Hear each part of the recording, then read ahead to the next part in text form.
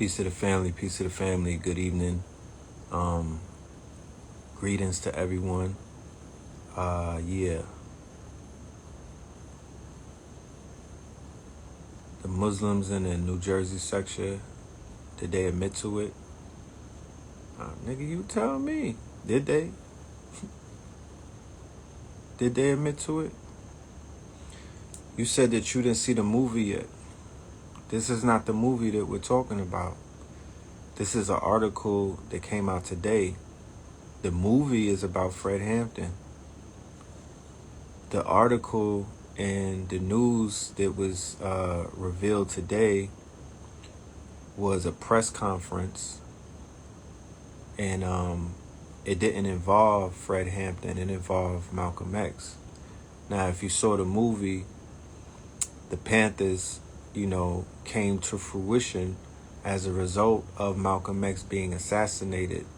So out of Malcolm X's assassination, brothers and sisters around America decided to begin to arm themselves.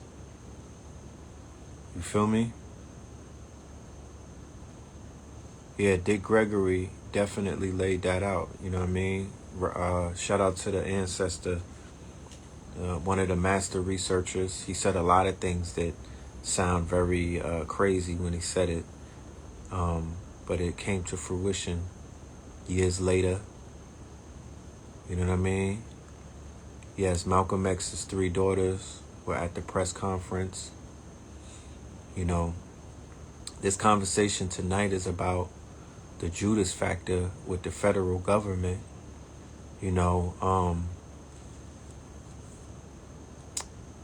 Our people, black people in particular, Moors, Negroes, whatever you want to call yourself, ADOS, FBA, whatever title you fall under, we I don't think we have enough conversations about the involvement of the feds in basically the hand that the federal government plays in stopping the rise of the Black Messiah within our communities. I'm gonna give you 3 names. You know what I'm saying? 3 names. And over the past 2 months, there has been their names have surfaced. These are 3 leaders. These are 3 messianic leaders. And when I say messianic, for anyone who may be confused as to what that means and the angle at which I'm speaking about messianic figures, if you're religious, I'm speaking about the messiahs, right? The messengers, the ones who were sent with the Christ consciousness to free the people who are indoctrinated and the people who are, downtrodden, right? And the individuals in the nation of people. We're talking about the messiahs who come amongst the people to free the people. These 3 names, right, is MLK. There was a documentary that just came out called MLK in the FBI. If anybody saw that documentary, please press 1 or hit me with a fire emoji, right? MLK in the FBI. In the FBI. In that documentary, they were highlighting J. Edgar Hoover's fascination with surveilling Martin Luther King, his sexual exploits, right? His sexual exploits, because he, he wasn't as faithful as we would have wanted him to be. Let's just say that. You know what I mean? I wasn't marching with him. Where can you see it? Where did I see it? It's on one of those streaming platforms. It might be on YouTube. You might be able to purchase it on YouTube. Let me see something real quick. Hold on.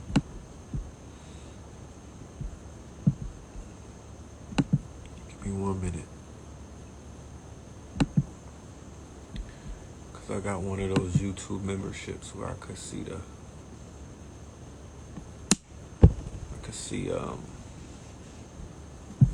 I got like YouTube Premium.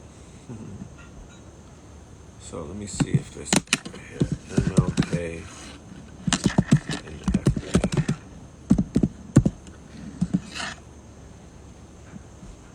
Yeah. It's on YouTube. You could buy it or rent it. They want $8 to rent it, and they want $15 for HD to buy it. Is it on Prime? It's worth the purchase, right? So that's one Messiah, because Martin Luther King, regardless of what anybody would say, because some of us don't understand what a Messiah is. We look at it from a religious connotation, and we're not looking at it for, the aspect of what a Messiah truly means. When you do the research and when you do the etymology of Messiah, it also means the Christ, not Jesus Christ, the Christ, right? There's a difference. There's the Christ, okay? The Christ-like attributes of our people who are, historically known to fight against the oppression that they've been under, right? And Martin Luther King, regardless of how people may feel about his approach and that he put niggas in a burning building and all of that stuff, he was very messianic. He was very messianic. And he was murdered. He was assassinated. You know what I'm talking about? He was shot down in cold blood. His whole family damn near got murdered. They killed his mother when she was playing the fucking piano. His brother drowned in a pool. You know what I'm talking about? Like, they wiped out his bloodline in a sense. He still has relatives that are still alive, but for the most part, the government was very heavy-handed on Martin Luther King. So that was one of the first individuals. And then the movie Judas and the Black Messiah came out, and I was talking about the Black Panthers, but Fred Hampton in particular, right? And of course, they didn't they killed his dad too? Shit. They didn't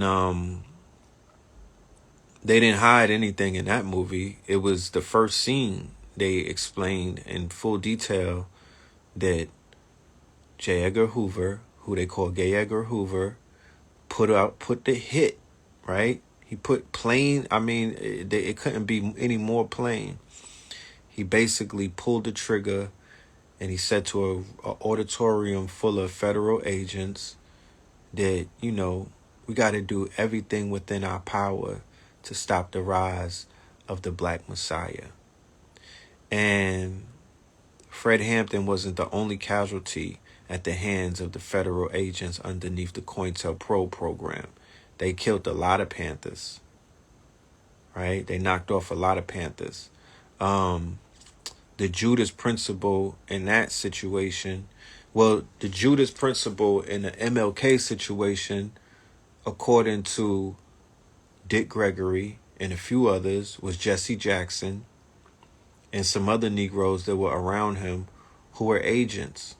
And then later on down the line, when, people put in those Freedom of Information Acts and whatnot, then all of these redacted reports start coming out, and you come to find out that he was surrounded by rats. He was surrounded by snakes. He was surrounded by quote-unquote Judases, right? That's Martin Luther King. Then when you get into Fred Hampton, the man that he put in control of his security was was an infiltrator, and he was working with the feds. Judge Joe Brown broke it down. Awesome. I got to check that out. I know Judge Joe Brown has, he's an interesting character when it comes to, exposing certain things and whatnot. And, I've seen some of the work that he's done, and I respect that. So with the Black Panthers, right? If anybody saw the movie, they had agents in different states infiltrating the Black Panthers, right? Then you get to Malcolm. All right, well, when they began to knock off the Black Panther organizations and whatnot, when they started locking up their leadership, right? Bobby Seale, Huey P., things of that nature. You know what I'm talking about? They basically began to disrupt what the Panthers were doing. They disrupted the flow. They disrupted the energy. They attempted to create political prisoners with that whole Panther 21 trial in New York.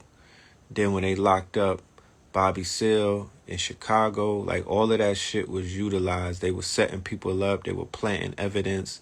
They had all of these snakes, all of these infiltrators, and they basically upended a movement and put niggas in a very scary place, to whereas they almost broke the backs, right? They almost broke the backs of a lot of brothers and sisters who were about Black power, and they were with the revolution, and they were for the people, and they were with the shits. But then when they started seeing all of the repercussions that were taking place, they realized that they were in combat. They were in an active war. And some of them decided to continue to fight, and some didn't. Asada Shakur is in Cuba as a result of the decisions that, her and her collective decided to make and whatnot. But, you had other people who decided, you know what? I'm going to just go get a job with the government, Bobby Rush. I'm going to just become a senator, or, I'm going to just go write a cookbook, or, a lot of people just was like, fuck it, the fight is over. And then before that happened, right? Before the Panthers got put down, Malcolm X, right? Yeah, the BLA, they kept it funky. And the MOVE organization, yeah, they kept it, they stayed getting busy. They kept it, turned up. And then before that occurred, Malcolm X, right? And Malcolm X even had an agent who was in his security detail, right? Even Malcolm X had an agent who was in his security detail, right? And today there was a press conference where where a NYPD, it was one of those deathbed confessions. This was a black cop, right? This was a black cop. And he had a family member read a letter.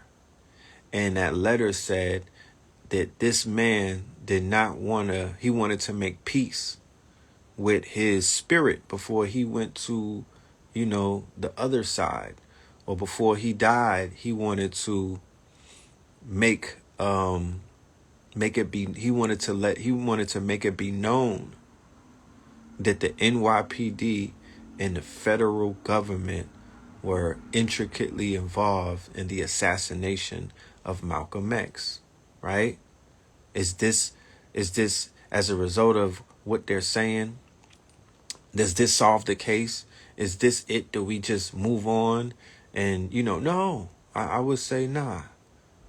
You know what I mean? I would say I wouldn't necessarily say that that's it. You know what I mean? I won't necessarily say that that's it, that the problems are solved and, we are to move on. No, I would say that deserves to be looked at. You know what I'm talking about? That needs to be looked at. That needs to be examined. You know what I'm talking about?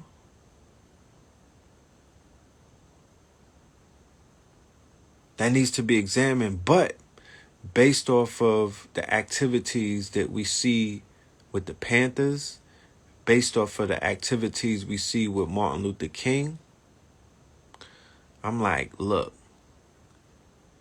it's not far-fetched. These people were on a mission to knock our people off, and they did that.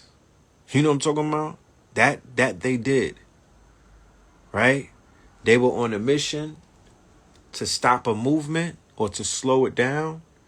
They're talking about you could kill the leader, but you can't kill the movement. I don't know about that. You could kill a leader and you could stifle a movement. You know what I'm talking about? You could kill a leader, you could turn a movement upside down.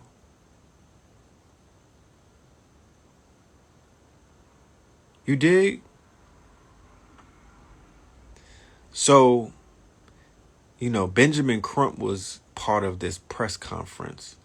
And whatever I see Benjamin Crump, that raises an eyebrow. That's a fucking red flag in my book.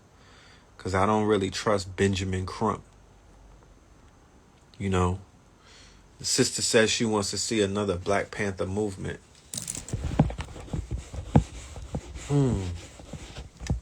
How practical do you think would that be? Because being on the front lines and seeing how far, the conscious community was able to take certain things, and, just being in a certain place where, I saw the potential of certain things. I don't know if that's even possible, going into the future. I don't know if another Panther movement would ever rise up like that. I really don't know where it would come from and how it will be able to function void of ego and everybody wanting to be a chief. One of the reasons why the Black Panther Party was able to operate the way that they did is because they had discipline. They followed, they had an ideology. There was a Marxist ideology. They were unplugged from a westernized way of thinking and whatnot. You know what I mean? And they were very militant. You had brothers and sisters who, were familiar with combat and things of that nature. You know what I'm talking about? So there's factors that the Black Panthers had that I don't think that those factors exist. If we had a Panther movement, what do you do with the woke niggas? That would be my question, first and foremost. What would you do to stop the woke people from getting in the way? Because that will automatically turn into a W.E.B. Du Bois versus Marcus Garvey type of thing. What would you do to stop all of the woke jokesters? What would you do to stop the haters that the minute a new organization comes out, these other niggas who might not be a part of the organizations will immediately start hating? You know what I'm saying? What would you do? Because that's what they're going to do. I've seen it happen. You know what I mean? There's a lot of ego in Black society, in the Black community. People are very territorial and whatnot. They'll fight you for their followers. They'll fight you for their followers. So they'll feel threatened if an organization pops up disarmed and dangerous. You know what I mean? Niggas will feel threatened and they'll start hating and they'll become Judases. Whether voluntarily or involuntarily, they will create the Judas factor for niggas to get infiltrated. And if somebody say put their asses down, the minute you put one nigga down, that's when the feds come rushing. You know what I mean? You can't do it. This is the social media era. put a nigga down and it's gonna be on social media. You're not it, you have a fight, you have a fist fight where there's no cameras allowed. It's still gonna get out to social media. You have an altercation, everybody's pulling their cameras out. It's going right to social media. So they didn't have social media. They had control of their own publications back in the days. Remember that. They had their own newspapers. They were controlling the narrative by controlling their media. There's no, I mean, who's the black media? Roland Martin? You know what I'm talking about? Who's the black media? Roland Martin? Who's going to tell the news? The Breakfast Club? You know? I mean, I'm not a person who would be considered pessimistic, but I don't know about that. Yeah, the griot, the root, nigga, the roots. Who gonna tell the news? The roots? You know what I'm saying? Like, the shade room is gonna be behind us. They're gonna report all of the news. They're gonna get the information out. Is it gonna be the shade room? You know what I mean? Is Vlad gonna get behind niggas? Is Vlad gonna be the bullhorn? Or is it gonna be World Star Hip Hop? Let me know. You know? Are they gonna have the leaders on Queen's flip? So the best thing that we could create is an economic revolution at this point. I don't see too much militancy and too much smoke coming out of this sector. You know what I mean? Yeah, niggas gonna be on No Jumper with Adam 22 talking about takeovers and you know, and building our nation. You know what I mean? We gotta clean up house. I threw those names out there just to show you how enclosed that we are by the Judases. We're surrounded by Judases. We're already infiltrated. Our conversations, I would feel like we're in a worse predicament than Fred Hampton was in. He had a nigga right next to him that was reporting back to the motherfucking boys. We in a worse predicament than Fred Hampton. We in a worse predicament than Fred Hampton as a community at the end of the day. It's so many Judases around us. It's so many Judases.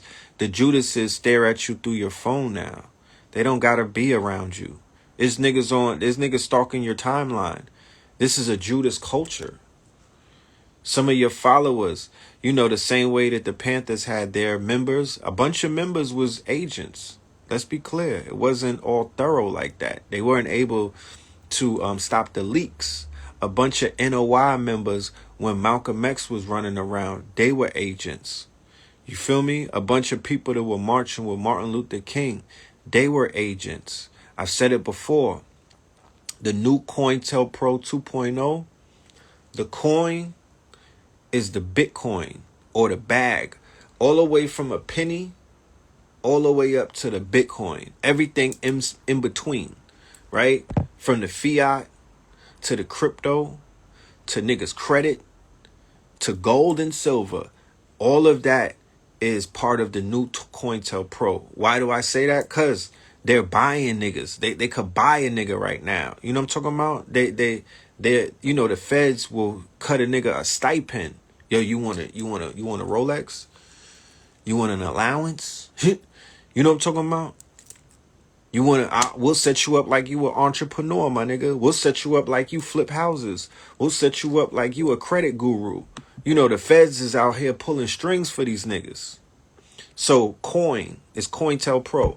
So the coin is the bag. They're buying people easily. And niggas is poorer these days than they were back in the days. How was it that there was no credit system in the 60s? People were really like, you know, kind of struggling, but they have more morals than niggas have today. And niggas got platinum cards. Niggas got money phones. They got all of the money in the world. They driving in $300,000, $400,000 cars and everything. They have anything that they want at their disposal. And it's easier to buy niggas today than it was back then when they didn't have. Think about that.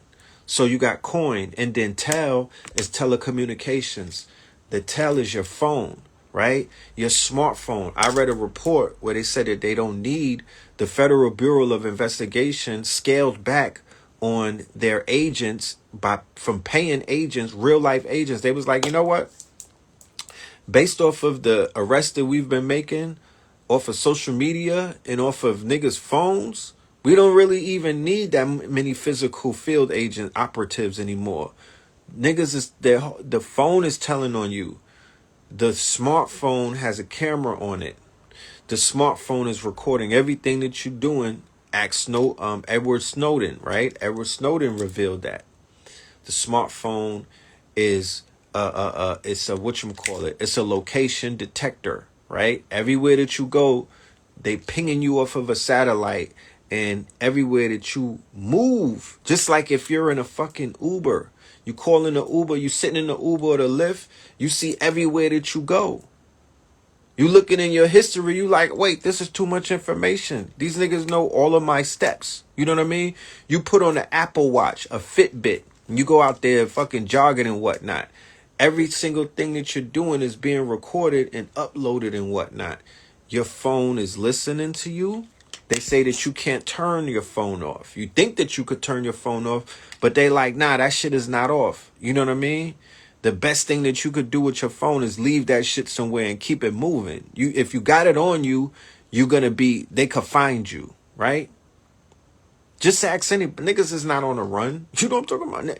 It's not niggas ain't really on a run. Like if you on a run, you really running these days. If you on a run, you living like a doomsday prepper, nigga. You're in a quiet town with a full grown beard, my niggas, and you using an Obama phone or a flip phone. You're not online. You know what I mean? You're not, them days is over. Your smartphone is smarter than you, unless you're an engineer or unless you do a little bit of research into the technology that's in your pocket. If not, your smartphone has qualities that you're not aware of, right? You're only dealing with the user interface. You don't know what's behind the walls of your smartphone.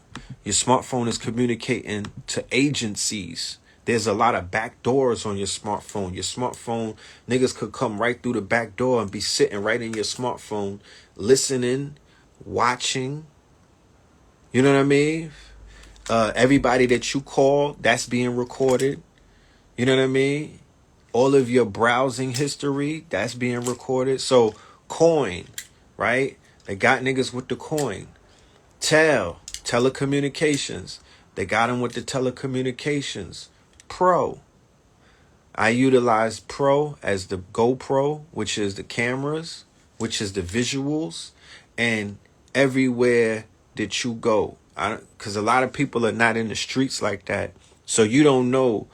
You probably don't even have. There's a level of information that if you're just a regular citizen, you don't need to know these things. You know what I'm saying? So chances are you might not be aware of it. But I know right now on this live, while I'm talking, there's people from law enforcement, armed services. There's people who understand every single thing that I'm talking about, that they are the surveillance, the closed circuit TVs and the surveillance going all the way from a fucking drone, because niggas is being watched by drones, right? There's drones following people and watching them from far above. Eagle Eye. Remember that movie? Then you got the goddamn traffic light cameras. Then you got the cameras that set up all around you that you can't even see. Then you got your cell phone camera. Then you got your laptop camera. It's mad cameras all around. Right? When I do my lecture tomorrow, I'm going to talk about this. There's a company, right? There's a company, and this is a facial recognition company. But this facial recognition company, this nigga is on his bill. He's a hoe like Bill Gates, right? And this is like some Chinese nigga, right? And he got a company that he only deals with law enforcement, right? But the surveillance The surveillance that they got is crazy. It's crazy. The face recognition technology that they have right now, they could see you through your mask, bro. The shit is crazy. Let me look at the name of the company. I'm going to tell you in a minute. You know what I mean? Some old funny ass nigga. He probably had a hard time, coming up in life. And those be the worst ones. You know what I mean? They become enemies of the state. Because it's like they trying to get back at society for not accepting them or whatever the case is. You know what I mean? I could just look at him and tell, oh yeah, he's a piece of work. You know what I mean? But yeah, the surveillance is crazy. So I'm not saying all of this to say to put anybody in a fear type of mentality, because this is not what I do. I'm about making people aware. Awareness is key. So we got to be aware of some of the things that are going on, because if you're not aware, that means that you're walking around with your head in the clouds, on some old, which way did he go? You know what I mean? And that's not good. Clearview is basically a search engine. Clearview. For faces. So anyone in law enforcement. It's a search engine for faces. His name is Han Ton Dot. He's from Australia, but he looks like he's Asian. I'm going to play a video. Tell me if you can hear it. Can you tell us, how does Clearview work? Well, quite simply, Clearview is basically a search engine for faces. Can you tell us, how does Clearview work? Well, quite simply, Clearview is basically a search engine for faces. You see this so nigga? Anyone in law he look enforcement non-binary. can upload a face to the system, and it finds any other publicly available material that matches that particular face. Can you just tell us how did you build this? How long did it take? How many people were involved? Is this a hard thing to build? Yeah, it is quite a hard thing to build. So we spent about 2 years really perfecting the technology and the accuracy and the raw facial recognition technology. So we have to search out of billions and billions of photos and still provide an accurate match and not have any false positives. So that was the first initial technical breakthrough. And then the second part of it was, what's the best application of this technology? And we found that law enforcement was such a great use case to help solve crimes. So how many law enforcement agencies, intelligence agencies are using this tool at the moment? Yeah, it's over 600 now, and the response has been fantastic. So, are they all 600 paying customers? No, not all of them are paying. What we do is we give a police agency or a federal agency a free trial, maybe 30 to 60 days. And during their usage, these investigators solve a lot of cases. Then we work with them and figure out how they can go through and procure the product. So how many paying law enforcement at the moment? Well, we don't disclose that. Okay. But they're all very happy customers, put it that way. Do you have any private clients? We have a few just in the banking sector, but all our customers are people who are trained investigators. So, for example, someone who does anti-fraud at a bank. So there might be, someone who's had their identity stolen, all their money taken out of their account because someone impersonated their identity, and they're able to use the tool to find, a lead to someone who was the real person taking the money out of the account. We spoke to the Attorney General in New Jersey yesterday, and we were talking a little bit about a successful use case of Clearview to involve in a case of an arrest of a suspected child predator. Can you talk us a little through how the technology was used in that case? Great. So I can talk about how it's used in general for finding child predators. So there was a person sending selfies to a 12-year-old girl online, but it was an undercover cop. And with Clearview, they were able to find his real identity. With previous systems, they could, run their face through their existing facial rec, but they wouldn't find anything, mainly because of some inaccuracies, but also it's not a large data set. You only have people who've been arrested before. And these child predators, they're totally different people that come from all walks of life. And so with our tool, they were able to match him to an online profile. He was a tax accountant. This is the very first case we ever helped with. And 6 days later, they were arrested. So what state was this in? That was in New York. And that was a case with NYPD? Yeah, I won't go into the specifics of all the cases, but we've had, thousands and thousands of cases like this. Can you just talk us through, I know you touched on it, but talk us through what makes Clearview different to other facial recognition technology? Yeah, it's a great question. So typically, there's been older technology that hasn't been as accurate, and they work on small data sets. So it might be your local police department mugshots. So it won't be across state lines. What Clearview has enabled them to do is, someone may have been arrested in Florida, but go to a different state and start committing crime. So we have a lot of mugshots from the open internet, and then news sites, and then professional websites, and all kinds of information that's out there. So the vastness of the information is what makes it, the next generation of facial recognition. What are the limitations of your technology? We really think, and we can give you the demonstration, that we've, really broken the sound barrier for facial recognition. So it's gotten to a point where we think it's better than the human eye, and it works on different poses, different angles, all kinds of stuff like that. Of course, there's always room for improvement, but we're very excited to get to that level. We have billions and billions of photos, and it's still very rare for a false positive to come up. And on top of that, when an investigator uses it to...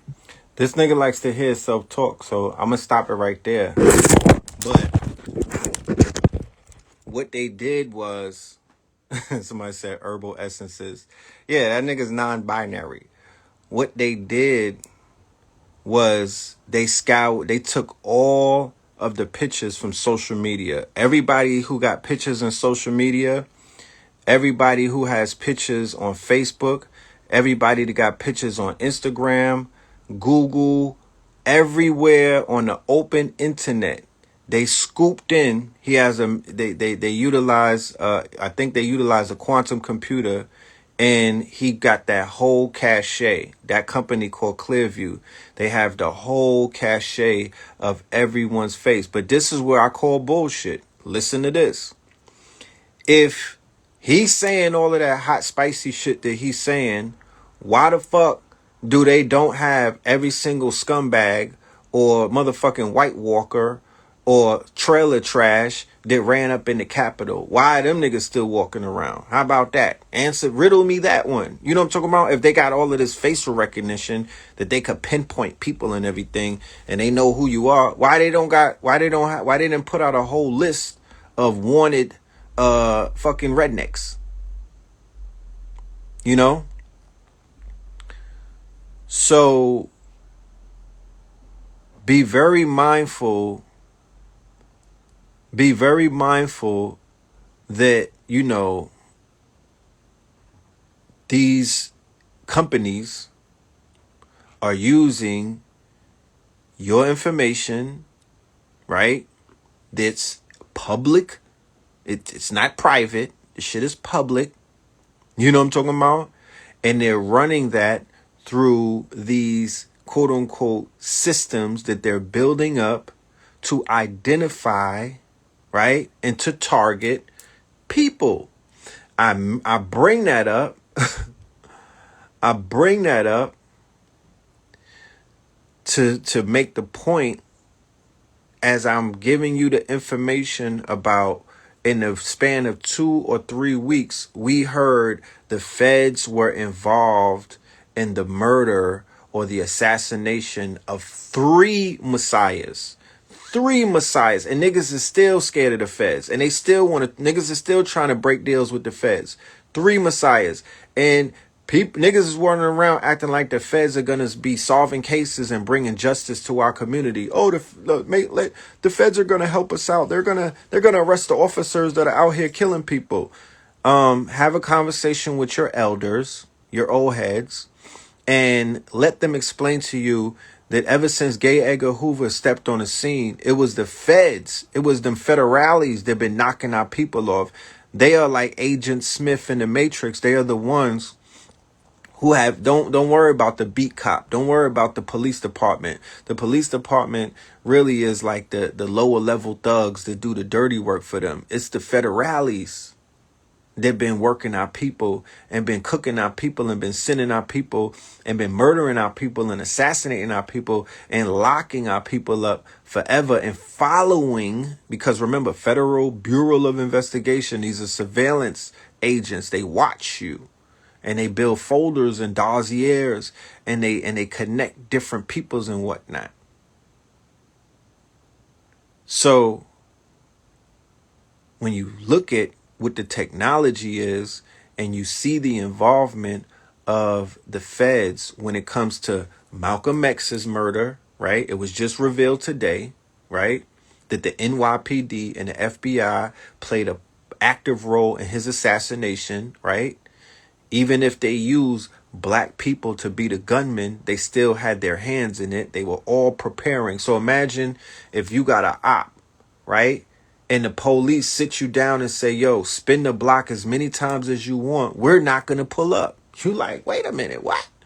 They're like, yeah, nigga, we're going to ride. We're going to let you ride on your ops. Spray the block, nigga. Shoot up their grandmama house. We won't pull up and do nothing to you. That's all you need to hear. You're going to say, let's get it lit. Right? So Malcolm had people who wanted him dead. Malcolm had sworn enemies. Malcolm had his house firebombed a week prior, right? So the NYPD and the feds, they got in alignment with another group, right? Some foreign agents, and they knocked him off. Fred Hampton of the Black Panthers, right? The Black Panthers had ops. They had other groups that was banging. You know what I mean? They had other groups that was hating on them.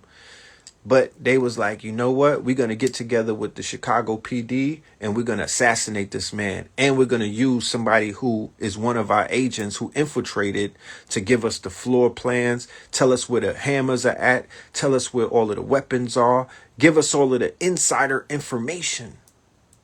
Right? Then you got Martin Luther King, another Messiah figure who was leading the people wherever he was leading them, right? They line him up and have people around him.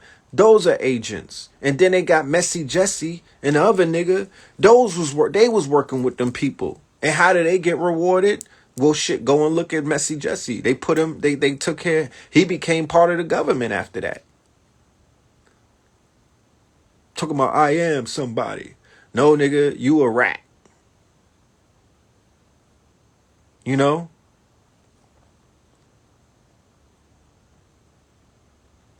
The feds took out Biggie and Pac.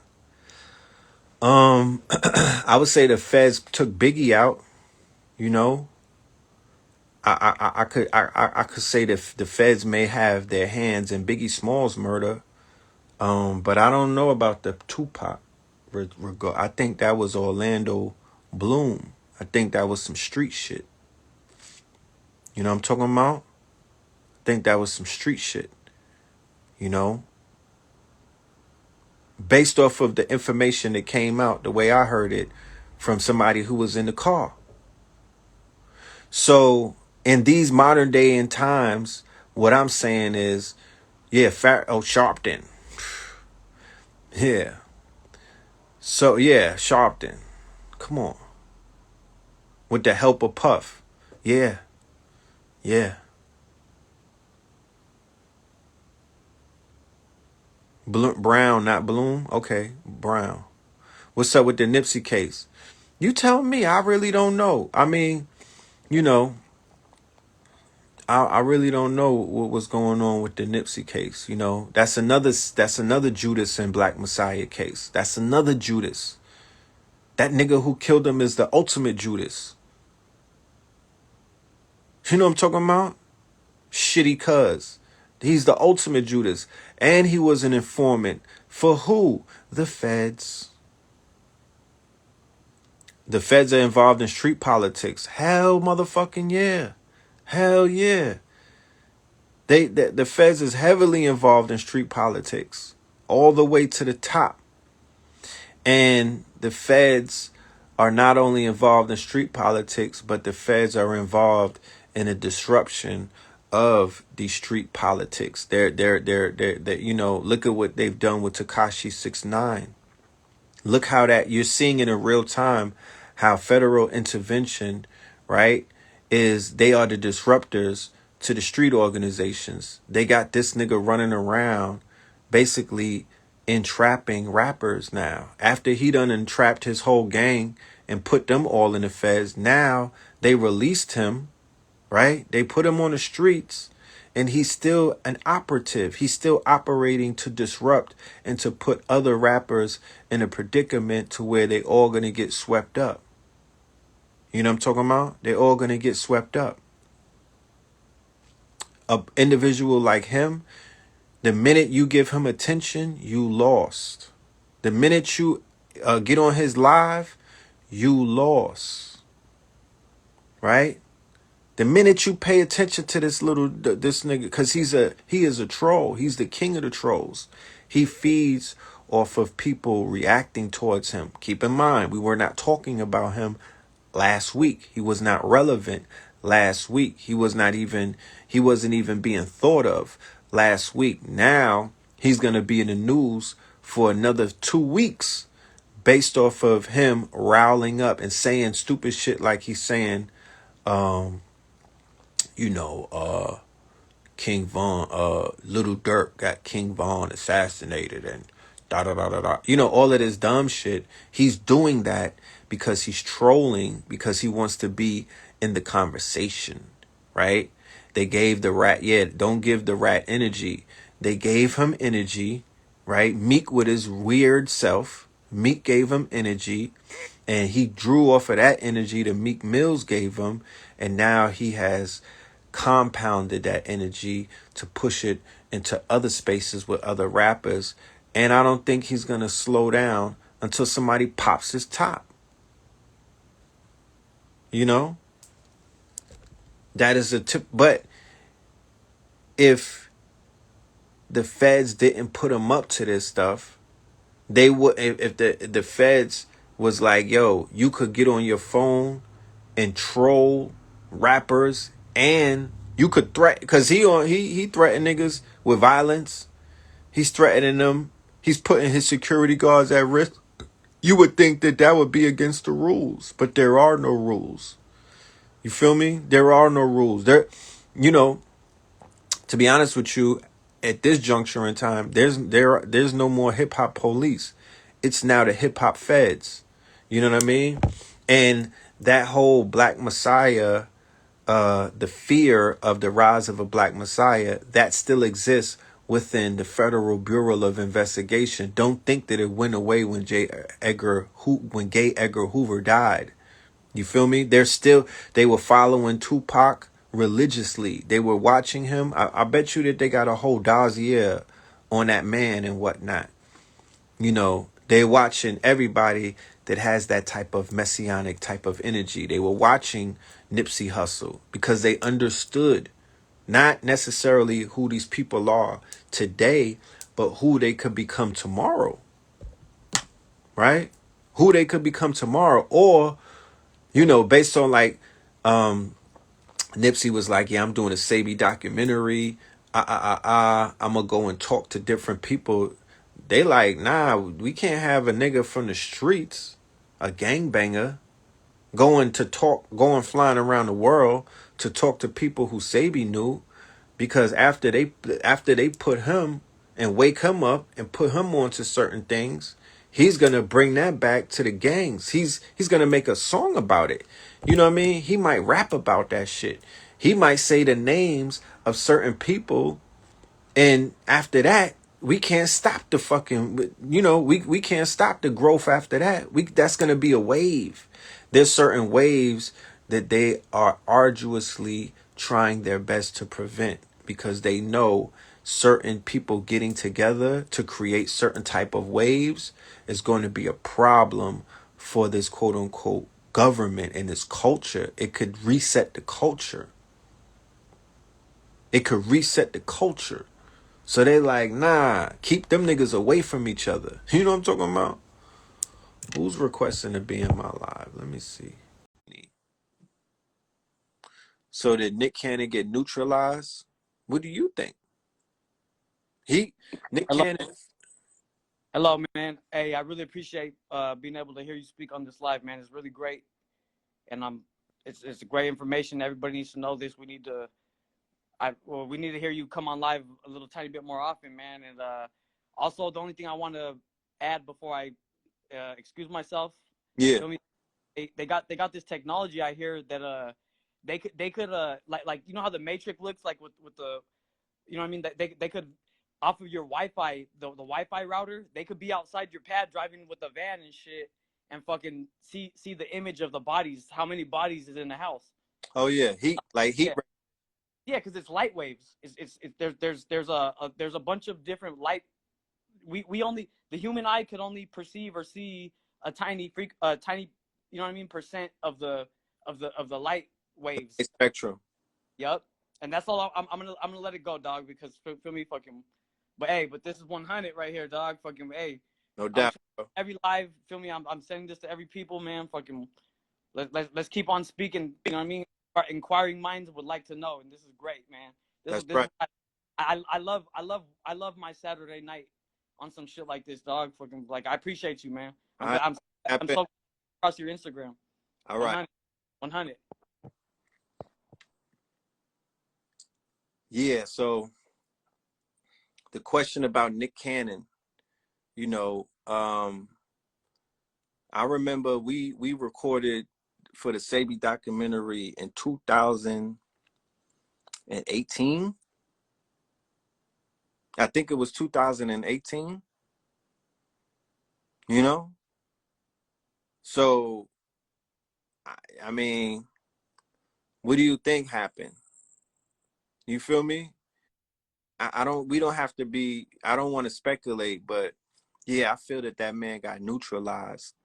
And if he ever puts that documentary out, it's gonna be completely watered down. I doubt that he's gonna have Mama Pill, Red and Blue, KT, Inky. He had a few people that he was interviewing.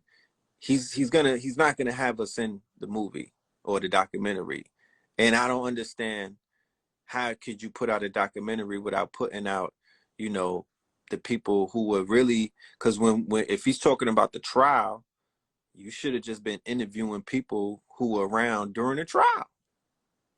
I don't know what the fuck Michael Eric Dyson and other people had to do with Sabi's legacy when they wasn't there with him when he was alive like that. Like I saw the trailer and I was appalled, and I was vocal about that, and I'll still be vocal about it, you know. So at the end of the day, it's 2021. We need a new director. We need a new budget, and we need somebody, because he doesn't hold he don't hold the trademark on Dr. Sabi. He can't, you know what I mean? Like it's not on his call. He don't have that type of energy. It's not on his call. He don't control the legacy. Dr. Sabi couldn't walk in Sabi's slippers. Like, no offense, but it's not on him. To be honest with you, now that I think about it, it's really not on him. We giving that man too much motherfucking credit and too much power to even say Dr. Sabi's name and Nick Cannon.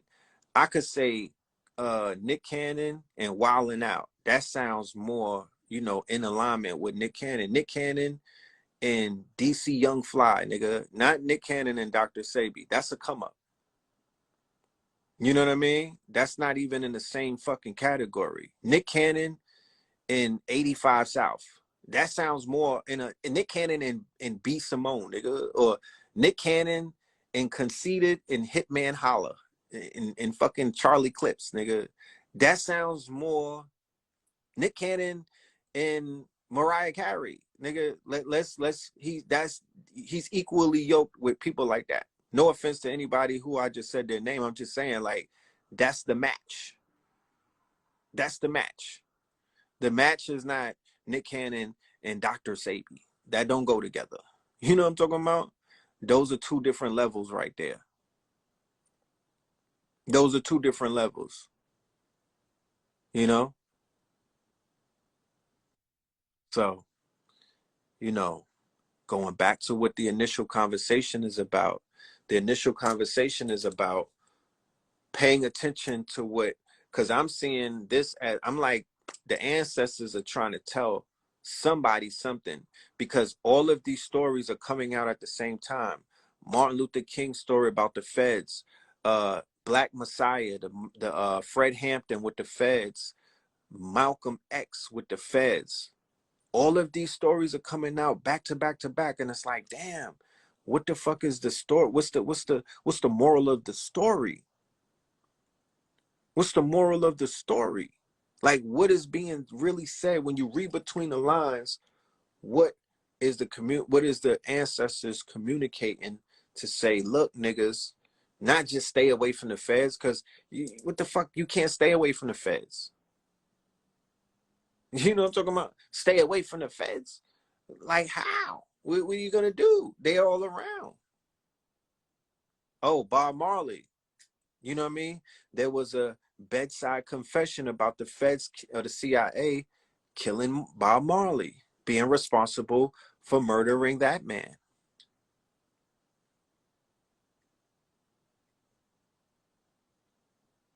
And I said it earlier, that if you go on YouTube right now, don't take my word for it, there's not a lot of videos of Fred Hampton.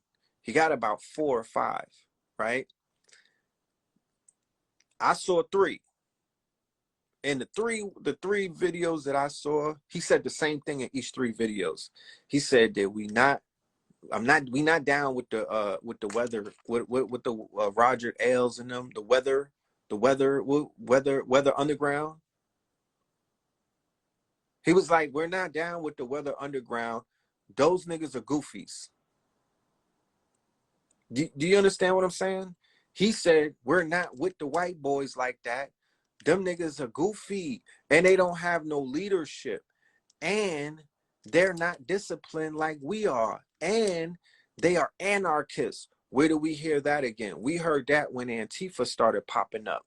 They are the anarchists. So we seeing in the modern day, fast forward in these modern day times, who was the ones who compromised the whole uprising of black people this summer? It was the anarchists, because they were the ones that started looting. They were the ones that started robbing shit. They were the ones that started fires. They were the ones that started acting the fuck up. And it took the focus off of the pace that we were on. We were like, yo, tear the statues down. You know what I mean? Fuck that. Give us free. You know what I mean? We not having it. But niggas wasn't looting. We were not necessarily burning things. We were not acting up. We were mobilizing. Who threw it off? It was the white boys. You saw it in the video. The anarchists, the people in all black that was breaking windows and acting a fool and leading our people to the slaughter. That's exactly what Fred Hampton said. He said, I'm not standing with these people because they don't have no plans. They go to the fucking rallies and they lead their own people into the slaughter. They're agent provocateurs. They're rebel rousers. That's what he said. You don't never want to be around no group of people who don't look like you, who's being louder than you. You know what I mean? You don't want to be around no groups of people who are not more disciplined than you are. If they're not disciplined, if they don't have militancy, and if they're not disciplined and they're just going off of emotions, get the fuck out of there, because those are agents. Okay? Those are agents. They got issues with their fathers that don't got nothing to do with you. And they're utilizing, the hip hop crowd, or they're utilizing your black anger and your black rage to stand on your fucking back or your shoulders and point at their parents, because that's their peoples. That's their grandparents. That's their uncles that they're looking at. That's their mamas. That's their society. And they have issues with their society, but it don't got nothing to do with racism. You feel me? The issues that they have with their people, it's not racism. So whatever issues that we got, they should not be included in those issues like that. Because like I said, when you go back and you listen to Fred Hampton and the Panthers, they were not co-signing those ally groups like that. They were not like, yo, I'm glad that they with us. Yeah. when Fred Hampton got assassinated, them niggas became professors at Columbia, right? Berkeley, UCLA, right? Harvard. Those are the white professors that you see running around on some fake liberal shit.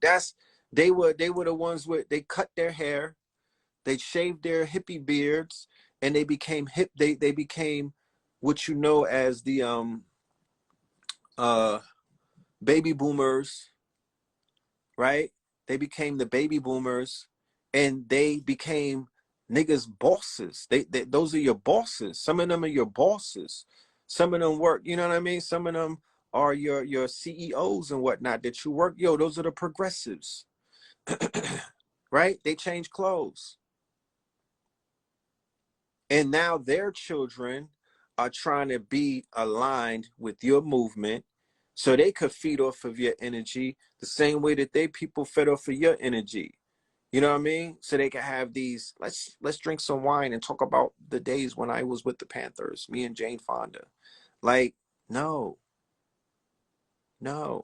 Because like I said, and I say this before, all that fraternizing that niggas did with white folk over the summer, and all of the fraternizing that we've been doing with white folk ever since they killed Trayvon Martin, has that put you in a crypto space?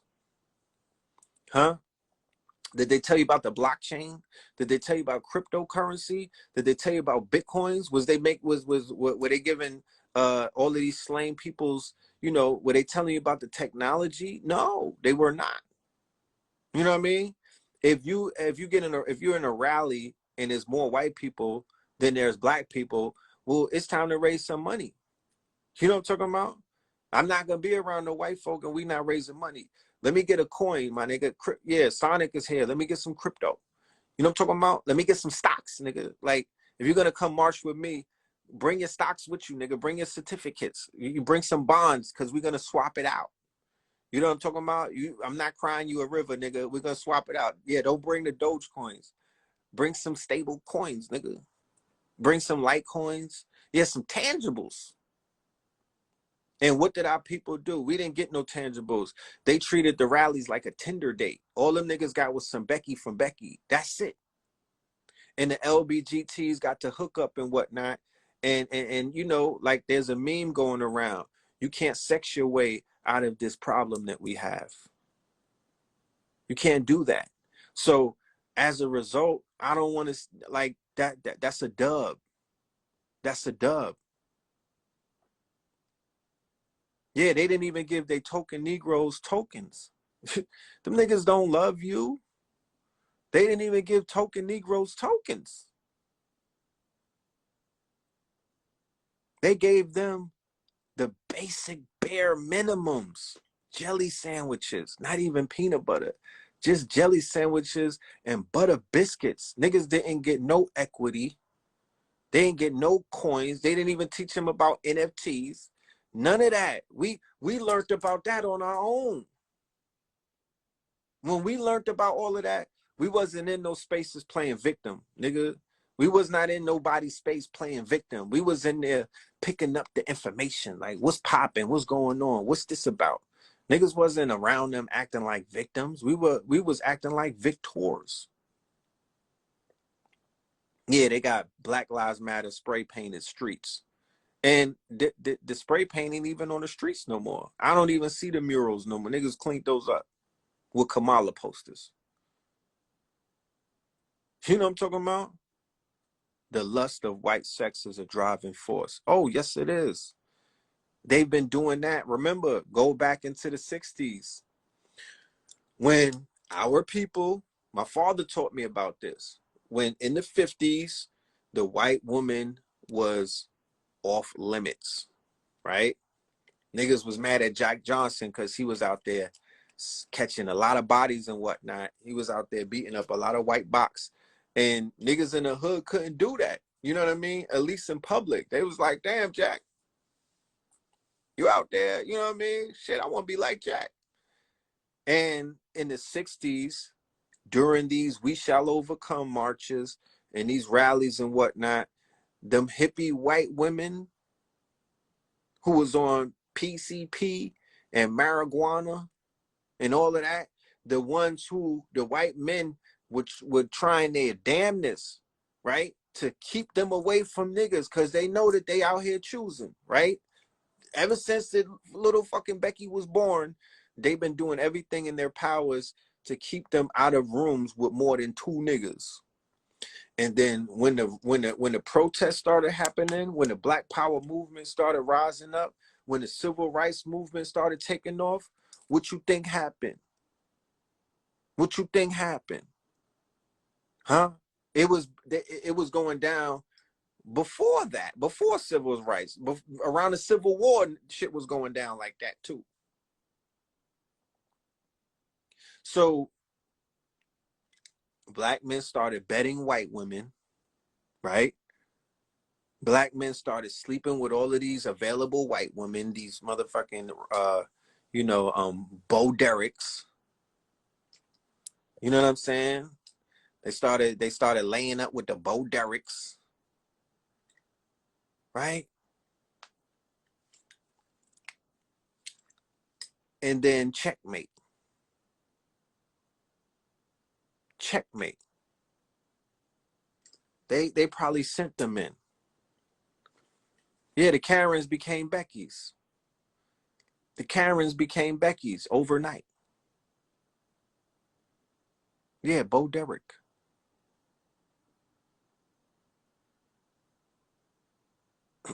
Yeah, somebody said Wesley Snipes Jungle Fever.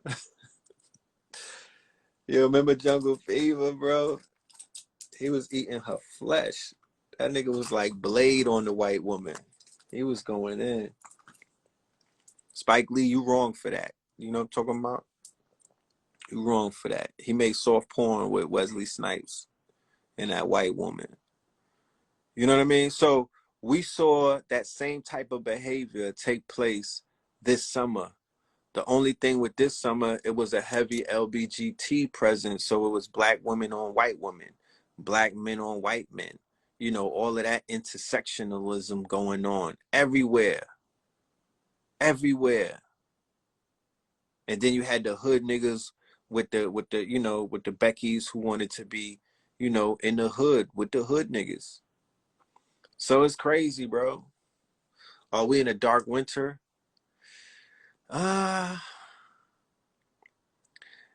Theoretically, but shit, how long does winter last? We almost out of February. So the dark winter that Biden was talking about, you know what I mean? What was that? The Texas? Was that Texas? Was that the winter storm? You know,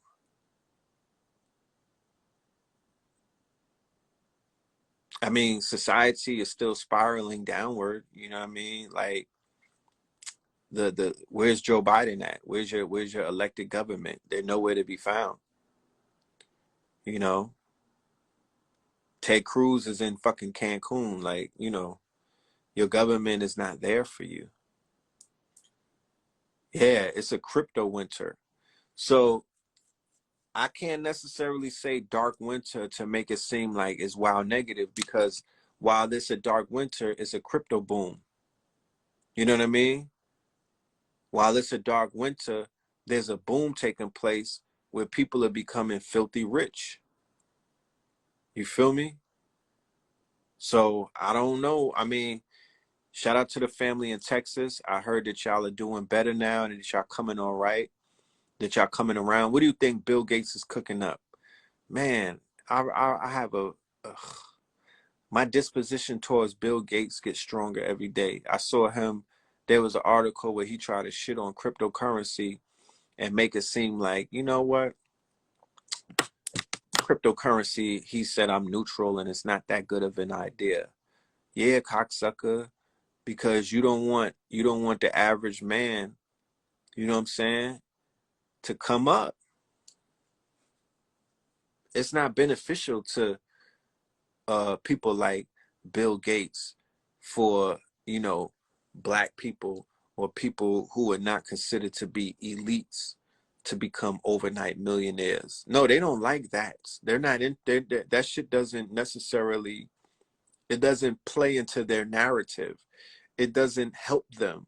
He's afraid along with other elites of the aspect of decentralization, right? He's afraid of the fact that people are decentralized more so in their understanding decentralization. He's in fear of the blockchain.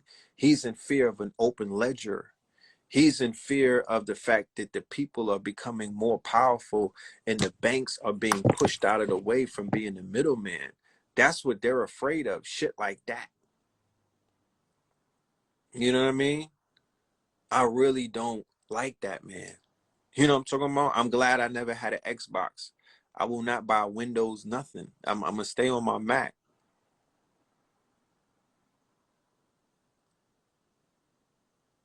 He owns 19 major countries that produce food to the U.S. I mean, yeah, you know, he's on his soy campaign and his Impossible Burgers and his fucking mock meat. You know what I mean? Like, I'd rather just eat a fucking cow, nigga, before I eat some mock meat, nigga. Do you know what it is? You know what that shit is? Nigga, I'd rather eat a cow before I eat some mock meat. I don't know what the fuck is in the Impossible Burger. The shit is impossible to digest. He bought farmland from New York to Florida. Yeah, I know. Because he trying to, you know what I mean? Like, he's going to be planting all of that Monsanto shit in all of the farmland. You know, shame on the people who didn't buy farmland. You know what I mean? I mean, niggas had their opportunity. You know what I'm saying? We're not going to act like, you know, the opportunity wasn't always there. Like, people could have been put their money together and got them some fucking farmland. So whatever farmland, yeah, look at the thing that's going on with the farmers in India. And thank you for bringing that up. The whole thing with India will give you an idea about what's going on with these fucking weirdos and what it is that they're trying to do to the farming industry over here. You know what I mean? Yeah, these troglodytes is really out of control, bro. Because I promise you, that the behavior that they're exhibiting is a result of their panicking. You understand? They know that this shit is switching over. They know that the poles are shifting. They know that the power is changing hands. They know that the time is up. So they're gonna do what they're gonna do. You know what I mean? They're gonna do what they're gonna do. You know, what's gonna happen when Bill Gates bites the fucking dust? Are you gonna let Melinda Gates run the show? Like, is she gonna thug it out? Does he have any fucking kids? Does he have a Bill Gates Jr.? You know what I mean? Does he have Bob Gates? You know what I mean? I don't even know.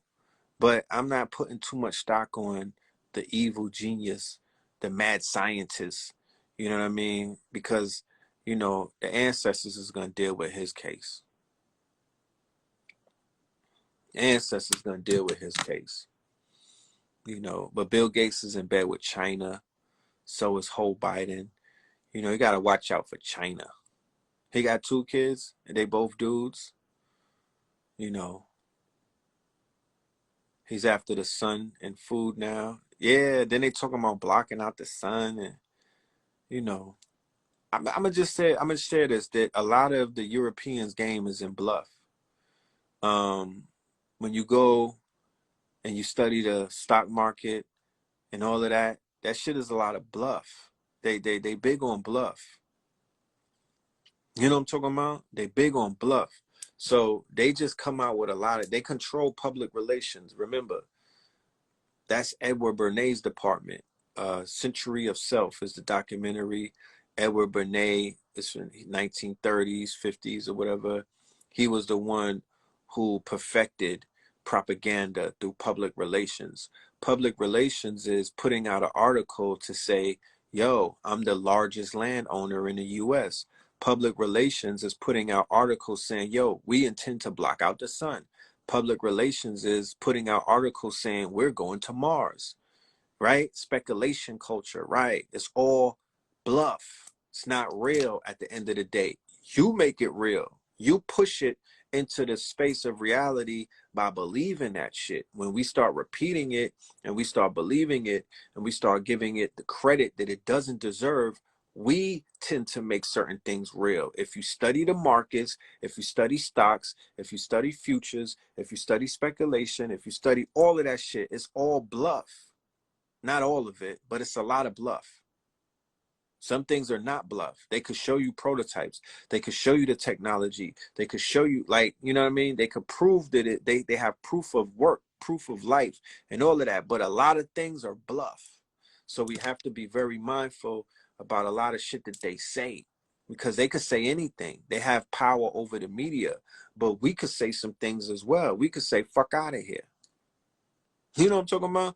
We could say, y'all been saying shit. Like, fuck out of here. Because to be honest with you, if we were to believe everything that y'all have said, we would not even be alive. We wouldn't even be here, bro. You know how many times we were supposed to die? You know how many times the world was finna end? You know how many times asteroids was supposed to hit this bitch? You know how many times a calamity was supposed to take niggas out? If you ask your grandparents who lived through Vietnam, World War I, II, pandemics, Spanish flu, and all of this other crazy shit, ask them how many times that they had to pray to fucking Jesus to turn the goddamn ship around. We was supposed to crash and burn. Yeah, they landed on Mars. I seen some footage of the rover on Mars. I'm like, I'm not going there. That shit is mad barren. What are you talking about? How you gonna justify living somewhere where it's limited water? You niggas don't even have enough water. You don't got clean water in Texas. How? I'm looking at the little rover ride around the fucking Mars. The shit look like Vegas without the sand, nigga. Like, what are you talking about? That they're not doing good on pitching real estate to niggas. Like, are you serious? This is what y'all rolling the dice on? You trying to leave America?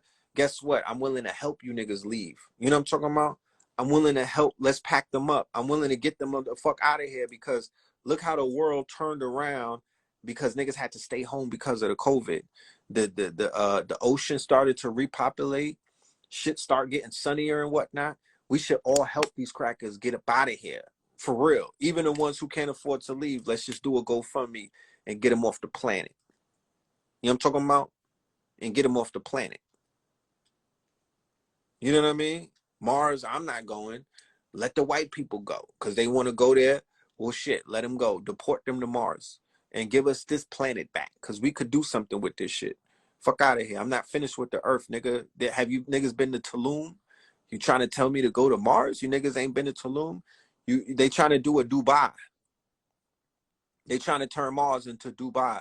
They got the nigga Blueprint who built a fucking oasis in the sand, and they're like, we're gonna do the same thing. And I'm like, no, you're not. You know what I'm talking about? I'm like, no, you're not. You know what I mean? Leave us Vegas with the casinos, right? Give us fucking Miami. You know what I'm talking about? Give us the shores of Savannah and get up out of here. You know what I mean? That part. So I'm not even going to entertain Mars conversations because the fucking rover is not showing me no real estate. Yeah, leave us Mount Shasta. Get up out of there. Give us God's country. Give us Oregon. You know what I mean? And give us this. Give us the Carolinas. Give us our shit back. You know what I mean? And go ahead about your business. Cause y'all already done milked this planet for everything that y'all can milk it for. Go to Mars and go digging for some red rocks. You know what I mean? And see if I miss you or not. Take Takashi with you. You know? Yeah, take the harp machine with you, nigga. Go make fucking snow on Mars. Take the harp with you. We don't need it. We don't need fake hurricanes, nigga. We could do a weather dance. We could make it rain, like I said, in Miami. And that's it. You know what I'm saying?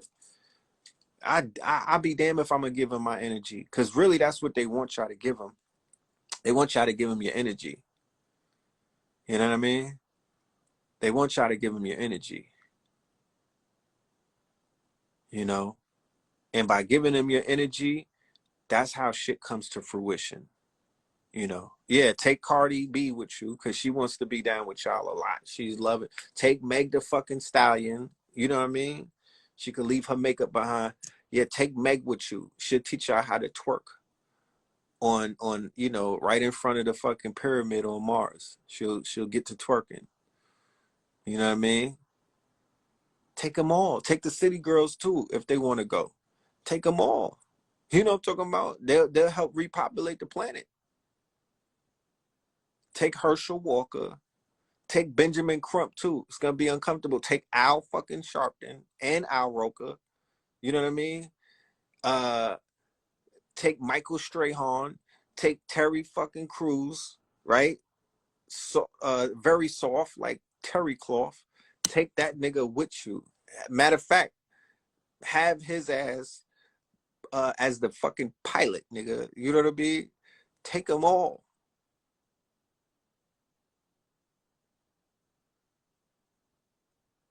Meg low key looks trans. Whoo. She got strong features. That's all I got to say. She got strong features. Yeah, take Roly the fucking Poly. Take Roland Martin. Take him with you. All of these niggas who gonna play Galactical Bensons. Yeah, let them go first. They the help. Let them niggas set the table. Let them set up the fucking. Let them sweep Mars. You know what I mean? Because that's all they are, is the help.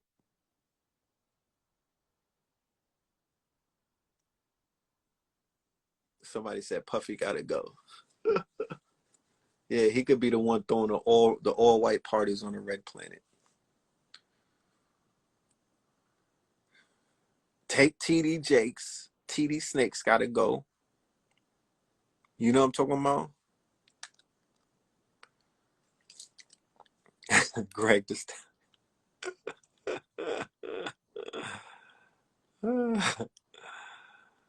take Little Nas X, right? And his fucking boobs.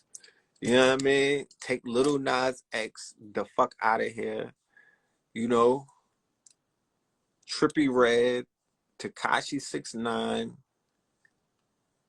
Take them all. You know what I mean? Be my guest. That'll be your in-house entertainment. Yeah, Tyler Perry, Tyler Cherry. Take him too. Take Okra, Gail, Steve Harvey. You know what I'm talking about? Little Uzi with the diamond. I mean, God damn it. I think that pink diamond is used to navigate Mars anyway. He's just getting equipped. You know? Yeah, Uzi's going to Mars. You know? They all need to go. Take Kamala, tell her to tuck her Timbs in. They said Umar gonna have his school.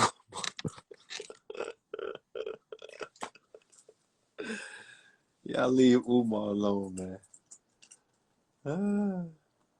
Tell Kamala to tuck in her Timbs and get on that plane. You know what I mean? Take your ass out of here. And your sisters too. All of the ones that was rooting, y'all could go too. No judging. I'm not judging you, but y'all could. Yeah, Diamond and Silk could go. You know. Oh man, Charlemagne the God. Yeah, send his ass to Mercury. Isn't that the most furthest away planet? Yeah, have him do a recon mission. Go to Mercury, Charlemagne. You know what I mean? You and your boule black niggas. Y'all go to Mercury. Oh, go to Uranus. That's the best place for Charlemagne with his funny ass. Go to Uranus. You know? You'll like it there. You know? But I'm not entertaining Elon Musk or white people going to Mars. And y'all niggas just saw Texas mad dark. and freezing with water pipes bursting, and they couldn't even get them people clean water. I'm not buying into that. I'm not gonna be a part of that. Y'all giving these people too much credit. They don't deserve no credit. Am I in buck breaking? No, I am not. They don't deserve no credit whatsoever. You know what I'm talking about? None. These niggas are they don't got it together. They don't got it together. Stop saying the word white supremacy. Stop saying y'all niggas put us in chains. There was a lot of white people in chains too. Right? If you really had white friends, they would admit it to you. A lot of us don't got real white friends. Because like I said, if you had white friends, you niggas would know how to code. You would be Bitcoin mining. You would have had mad wallets set up by now. You know what I'm talking about? You know, you'd have been in a better place. You know what I mean? They're feeding off of you. You have people who fetish you. You have people who feed off of your anger, your angst, your swag, all of these things. It's almost like they sipping from your cup because it runneth over, right? You are a battery source. Yeah, you got your white friend and he's good for free weed because, you know, everything is on him. But ask yourself, what is he getting in return? You know what I'm talking about? What do they get in return? So if they really loved you, if they really cared about you, and if they was really down like that, they would give you a lot of the real information that's out there. Not that Antifa, QAnon, dumb shit. They wouldn't be rocking you to sleep with that stupid shit. They would be telling you the tangible shit. You know what I mean? Like where to invest. They didn't even explain the fucking stock market to you niggas. They would be telling you how to get to the baggington, the real bag, not the fucking peanuts, nigga, the big steak. They would be teaching you how to get to the real bag. They hid that information from you. They hid the fact that they were slaves alongside. They were slaves before you were slaves. And they were indentured servants and they was mad dusty and whatnot all the way up into the New Deal. They didn't tell you that part. The Italians that you know didn't tell you that they were fucking niggas before they became accepted in America. The Irish people that you know, they didn't tell you that they were the niggas of Europe before they got put on. None of these people tell us the truth. I watch a lot of documentaries. You don't see white people, you know, saying that we don't even know what white is. It's a fiction. They named that group of people white recently. I don't even know what the fuck is a white person. You know what I'm talking about? This is white. Like, they wasn't even called that. So it's like, if these people love us so much, where are their confessions? Call Usher, Alexa, Usher, confessions. Where are their confessions at? They giving you, it's Black History Month. Where are their confessions at? Why don't they tell on themselves? You know, why don't they tell on themselves? Why don't they reveal any? They're not really, they piecemeal niggas. They feed you crumbs. You know what I'm talking about? They feed you crumbs. They're not giving you no real information like that.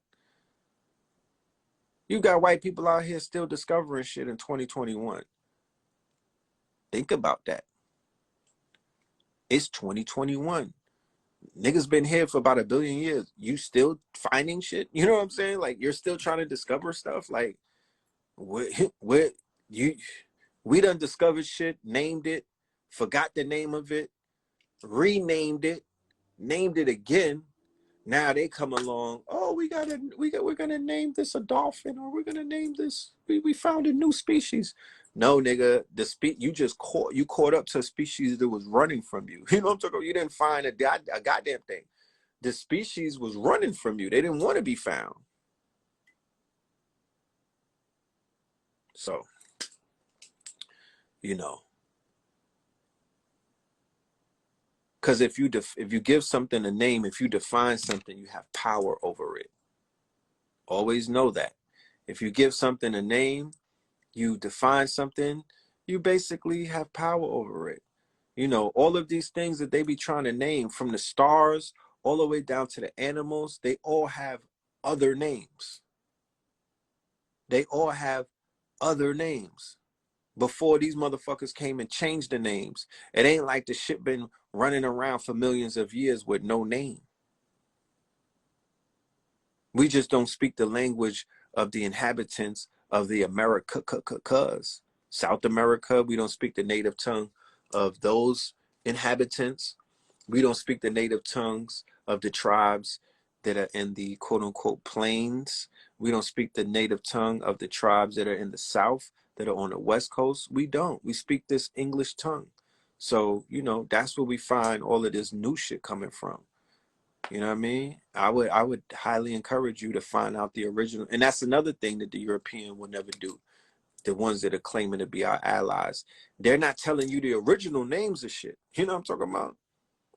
I don't really hear them speak that. They don't speak native tongues. They don't invoke the names of the ancient warriors or the ancient scientists or the ancient countries or the ancient cities, and none of these things. They'll write it in a book, but they not out there saying, oh nah, you know, this is what this really is. This is not this. This is that. What up, Seven Still? You know? So I'm going to circle back the wagon and initially go back to my initial conversation where I started out the conversation saying that I don't find it ironic that there was a press conference today and there was a deathbed confession by a federal agent, somebody who was in the NYPD and worked with the feds. What up, Helen? Peace Secret. And this deathbed confession was admitting to the federal involvement of Malcolm X's assassination, right? Right after we saw Judas and the Black Messiah, where they were revealing the Federal Bureau of Investigation's involvement in Fred Hampton's assassination. Then, right before that movie came out, another movie came out called MLK and the FBI, and they were speaking about the Federal Bureau of Investigation's involvement with MLK's assassination. So all of these Black messiahs, all of these leaders, all of these progressive thought leaders in our community, all of these men had the hearts and the minds of the people, right? These were not some old, you know, poo butt niggas. You know what I mean? These were not some old secondary beeline. These were frontliners. These men had the hearts and the minds of millions of our people. It was so tragic to our people when Martin Luther King and Malcolm got killed. You know, some of those elders never got past that. They never got past that. And when crack cocaine came on the scene and other certain narcotics, they went to the liquor, they went to the narcotics, and they went to other type of pacifying escapism, quote unquote, apparatuses to help the pain that they was going through. Even when JFK got killed, if you talk to your grandparents and whatnot, they was like, yo, when JFK got killed, Black people went into a real deep state of depression and fear. And then Bobby Kennedy got killed. And then Martin Luther King. And then Malcolm X. All of these things. And then the Vietnam War was going on. It was a lot of trauma. So when the troops came back, they got strung up on the heroin. You know what I'm talking about? And then when heroin hit the hood, that shit spread like wildfire because our people were going through trauma at that time. They were going through trauma. The heroin ran the 70s. That's right. Heroin ran the 70s, and they dropped it in the same places where the riots had took place. They dropped it in the same places where the people had uprised and whatnot. You feel me? So that was utilized. The narcotics, which we call chemical warfare, it was utilized to do what? To pacify the people and to give them the excuse for escapism. Because when you going through it, sometimes you want to tap out. When you feel like, oh, they're killing all of our leaders and they all want to come and kill us and life is not worth living, people will tap out. So Vietnam, heroin, cocaine, right? The 70s and the disco era, the height of cocaine and whatnot. Niggas was hitting the bumps, go and watch Boogie Nights, right? The heroin, the cocaine, and then in the 80s, you got the crack, right?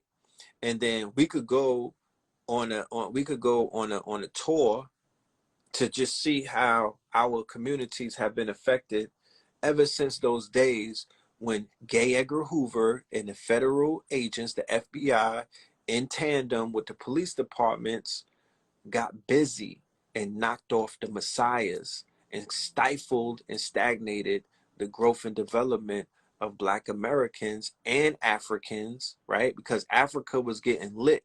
Africa was being inspired by Bob Marley. That's why the CIA killed Bob Marley. Bob Marley was inspiring revolutions over in Africa to run the motherfucking colonialists out. That song Zimbabwe, to the rescue, here I am. Somebody said, relax, messiahs cannot be knocked off. No, nigga, messiahs could get their shit pushed back. Fuck is you talking about? Messiahs is not the message. Stop that. It's not the message. The Messiah is the motherfucking person. You know what I'm talking about? The messianic ones. It's not just one person, but the messianic ones is the person, bro. Let's not do that. And yeah, multiple people are messiahs, but let's be clear that messiahs have names. Everybody's not a fucking messiah, bro. Everybody's not a messiah. Everybody don't have that factor. Everybody don't have that divine spark. Everybody don't have the hearts and the minds of the people like that. You know what I mean? Everybody is not bringing the message like that. No, it's not. That's not the case. There's only one Nipsey. There's only one Tupac. There's only one Malcolm. Let's be clear, bro. There was something about these individuals where they were walking their walk, talking their talk, living their life, becoming part of what their message was and things like that, showing people through their actions what they was about. Stop doing that. And what they did was they inspired other people to tap into the messianic forces within them. But the message came from them, right? The message, somebody said no message, no Messiah. I beg to differ on that too, because like I said, it's niggas in the hood that have messianic force. And to be honest with you, their message would be, yo, we gotta come together, gang, me and my twin. Niggas in the hood, they don't be biological twins, but if you running with me, nigga, you my twin. You know what I mean? They got gangbangers that are messianic, bro. Fuck is you talking about? They leading hundreds of niggas to spin the block. They'll have a nigga do something that your leaders, right? Your frontline leaders couldn't do. Cause ain't too many leaders who are conscious or out here, Corinthians, they not spinning the block. There's a limit to how far these niggas is gonna go. They not jumping off the balcony and they not jumping out the fucking on some Fortnite shit. These niggas not jumping out of planes spraying the fucking block. You know what I'm talking about? There's niggas in the streets that could lead armies. You understand? And the message is kill the ops. That's the message. So when you tweak that message and you change you change the ops from one person to another, then that's when you see a difference. But the messianic force or the messianic powers that our people have is not just in the church, is not just in the quote unquote righteous organizations. It exists in it's all over. It's an aspect of our people because a nigga in the hood could still be delivering his people, right, from the conditions that they found themselves in. Oh, we out here breaking, we splitting one fucking chicken wing. It's 5 of us. You know what I mean? We sharing one chicken wing. You know what I mean? We breaking that shit in 5 places. You know, we all come from poverty, but we gonna put our minds together and we gonna get this bread.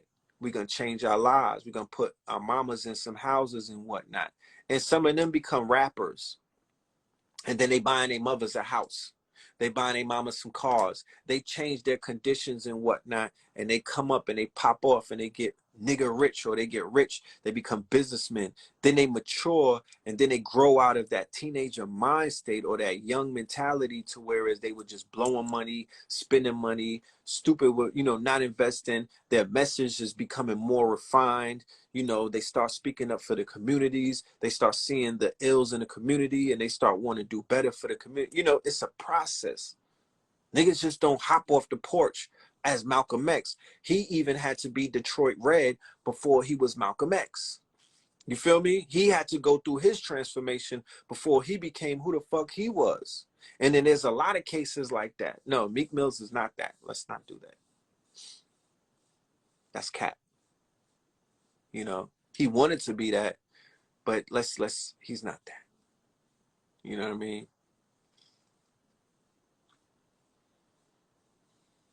And the sad part about it is that the federal government, the federales, right? They are watching, because remember, they checkmated the community in the 60s. You know what I'm talking about?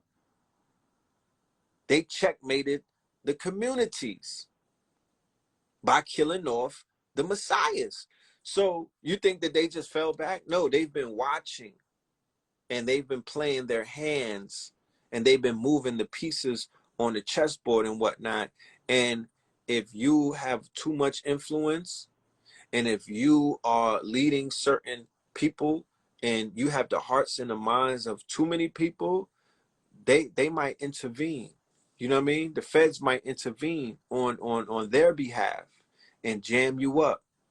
You know what I mean? Pull you over and get you jammed up with a gun charge. There's, I don't know the lengths that they'll go to. You know, look at what happened with Nipsey. You know, you don't know if they put a gun in that man's hand to go and kill him. There's a lot of snake slithery shit that they do.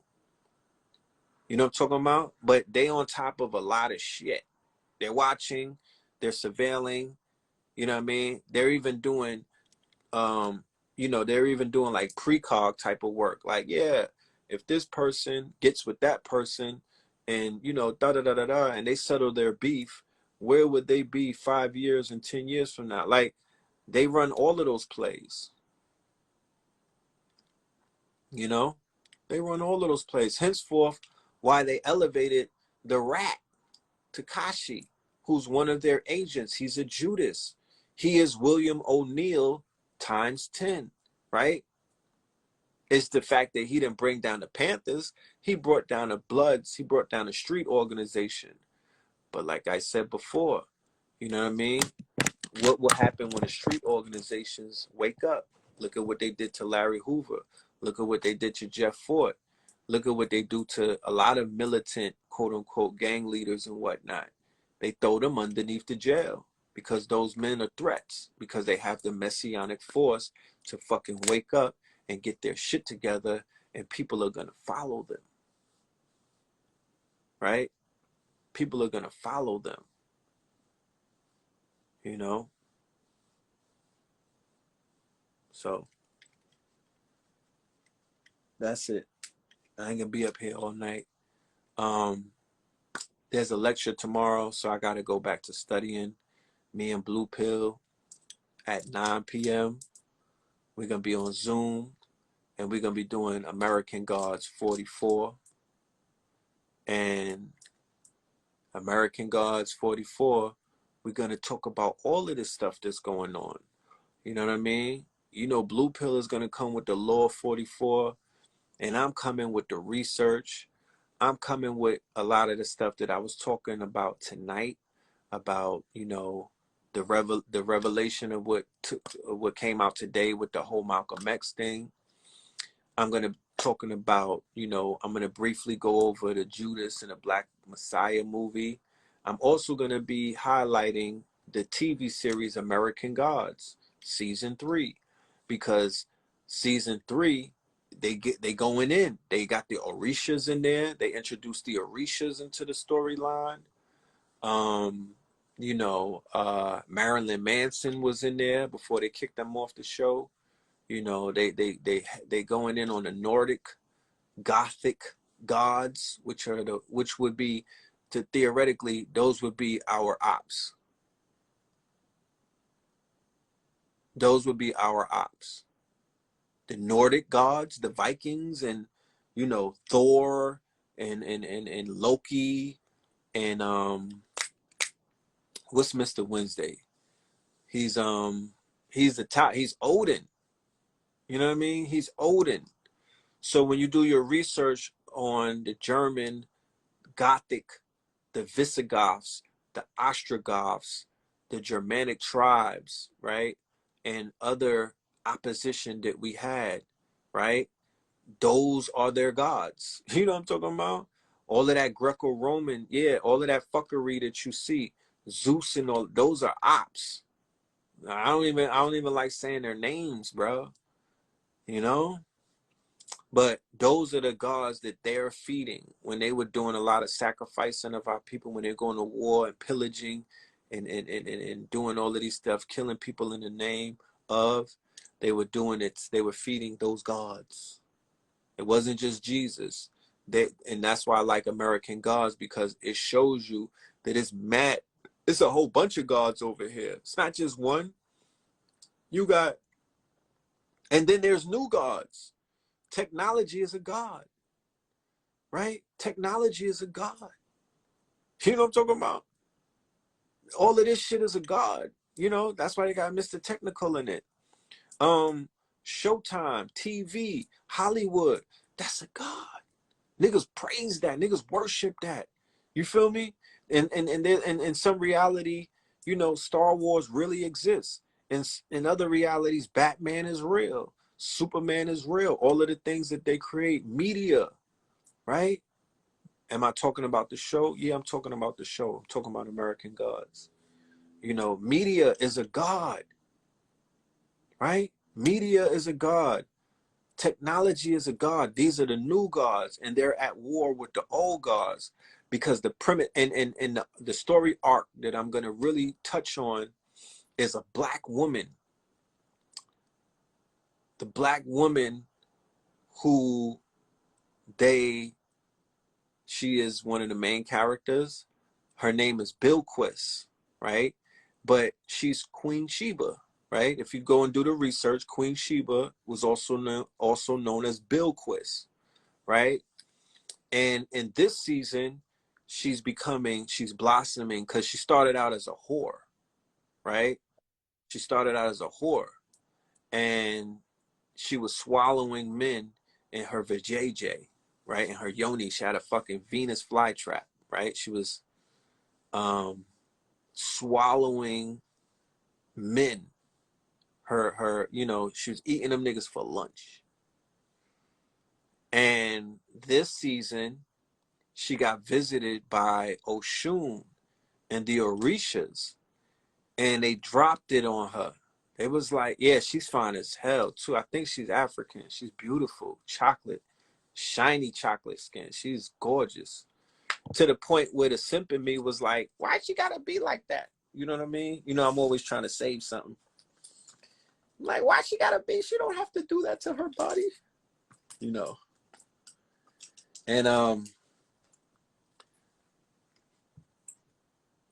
the Orishas was like, yo. The Orishas was like, they was like, bitch, who the fuck was you before you was Bilquis? Who the fuck was you before you was Queen Sheba? You know what I'm talking about?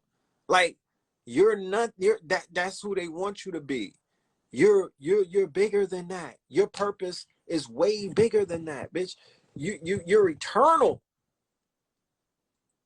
And they helped her see. Yeah, Oshun told her to name who you are, bro. It's the same thing that you saw with Hippolyta in Lovecraft country. And the Hippolyta was, she got her revelation to the fact who the fuck she was. And the Zoom info, what's the Zoom info? The link is in my go on my bio. You'll see, go on my flow page and you'll see it's the first see there for the lecture. Lovecraft country, right? The story arc was about the black woman discovering who the fuck she really is on some eternal shit.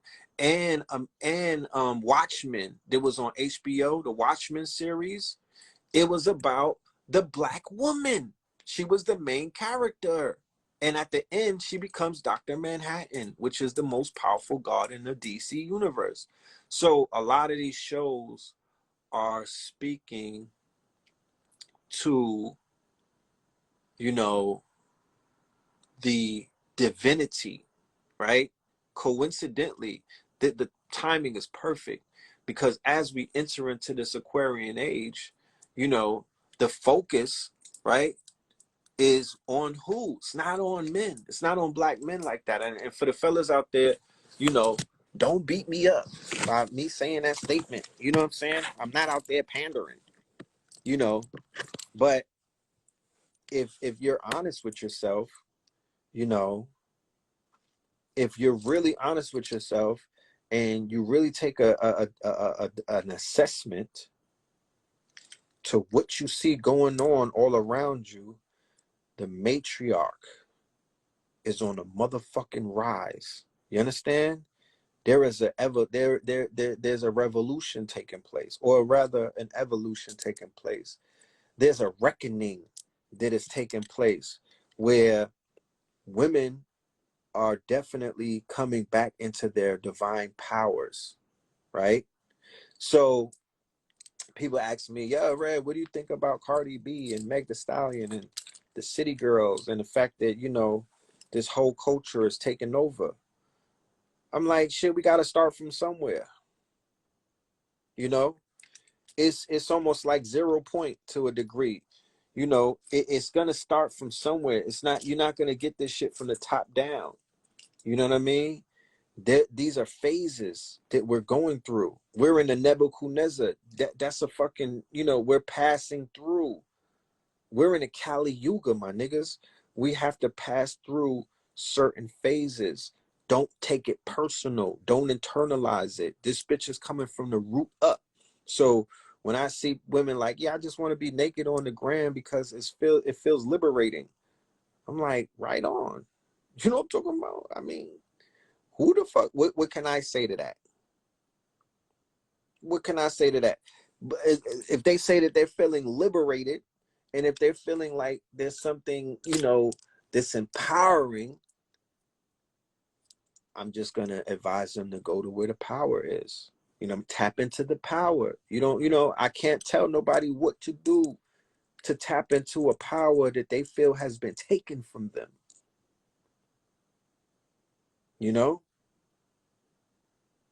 So as the mama rises, as things begin to shift, I as a man, I don't feel, I don't feel like I'm in danger.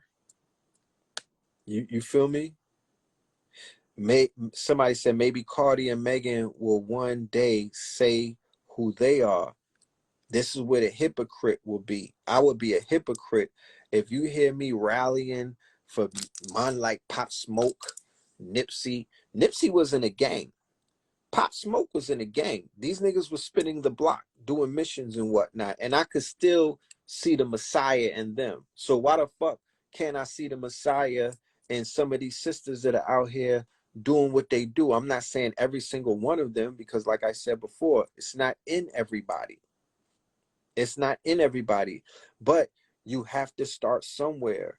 People are going to have to come from somewhere to be like, look, I have arrived at a place where I'm evolved. I have arrived at a place where I'm a mother and I feel more motherly, and, I want to refine my image. You know what I mean? You got to give people time, Somebody said it's because we have to take back our sexuality and stop allowing to be a burden to us as women. Stop being a slave to our body or sexuality. I get it, you know. Especially in a society where you've been sexualized, you know. But this is the rise of Lilith. You understand? You got to know what time you live in. You got to know what period you exist in. This is the Kali Yuga. You know what I'm talking about? There's a lot of shadow work to be done, but at the end of the day, you can't focus on anybody but you. I'm in it and I'm not of it. I'm observing it, I'm decoding it, I'm unpacking it, but I won't let it affect me to a place where it's going to change who I am. No, the rise of Lilith. Somebody said the rise of Louise. I would say Lilith. Over sexualized or sexually repressed. Yeah, and y'all just coming out of religion last week. I would expect everybody to get naked. Y'all just breaking out of religion last week. You know what I'm talking about? Y'all, women didn't break out of religion in the 80s. They didn't break out of religion in the 90s. Black men more so were breaking the shackles of religion through the information and the dedication and the organizations and things of that nature. More so, not to say that women were not breaking free of it as well, but in this new Aquarian age where this woke movement and this spiritual movement has taken over in the last few years, women are shedding that quote unquote religious stigmata where they basically had you sexually repressed. And they were you were shamed because you was out there, you had that, you was kind of, you might have had a little bit of thottery vibes, you know what I mean? Or you wanted to express yourself in ways where you was like, oh no, and little Kim came and freed y'all. She did,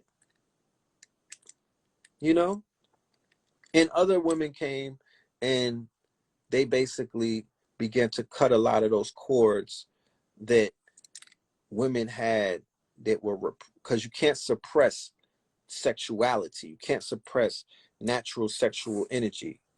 I would highly suggest that you don't do that. Look at what it's done to the men that were in the church. Look at what it's done to the men that were even in the mosque and whatnot. Look at what it's done to men who suppress sexual urges. They become predators. They become fasces. You know what I mean? They pervert their energies and whatnot. I don't ever want to be in a room with niggas who ain't getting no box. You know what I'm talking about? I don't ever want to be in a room full of niggas that's not exerting themselves sexually with the opposite sex. So the fact that women are breaking out of, because to be honest with you, religion has locked you down from the root chakra up.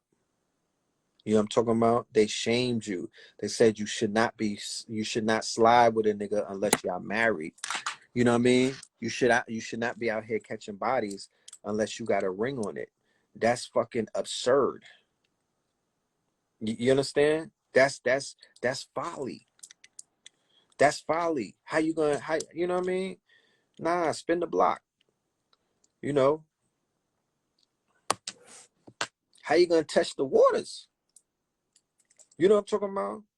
So then, now that they put that on you, whenever you slip up and let a nigga hit, then you feeling like, oh man, I'm sorry, Jesus. That nigga might be right on the wall staring at you with them icy blue eyes. And you like, I'm sorry. I swear, Jesus. I swear, I promise I'll get married next time. Lord have mercy. You can't even enjoy your orgasm. Somebody said abstinence. Yeah, abstinence. I believe in abstinence, but for how long? You know what I mean? The shit got the fucking iceberg has to melt one day. You know what I'm talking about? The iceberg got to melt one day. Like, you're gonna be abstinent forever?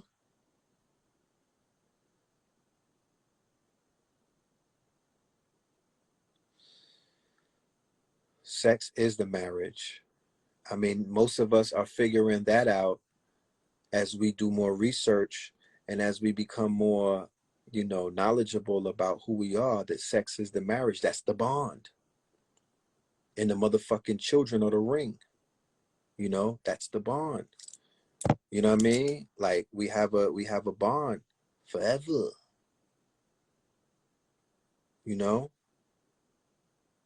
Yeah, that mitochondria, there's going to be an internal bond. We are forever linked through fluids. You know what I'm talking? We swap some fluids. We swap DNA. You know what I mean? I'm part of your petri dish. You're part of mine. And the suppression and the repression of the church has created a lot of dysfunction in our community, and it has caused a lot of trauma, and a lot of us are healing from that in the past 10 to 20 years. So we cannot necessarily say everything is going to change to the vision that we have, where everyone is upright and everyone is sexually responsible and everybody has sexual discipline and everybody. No, that's going to happen. That's going to happen. It's going to come about. It's going to happen, but it's not going to happen overnight. You know what I mean? It's not going to happen overnight. I think that whole phase is necessary. I think the city girl phase is not necessary that everybody got to go through it.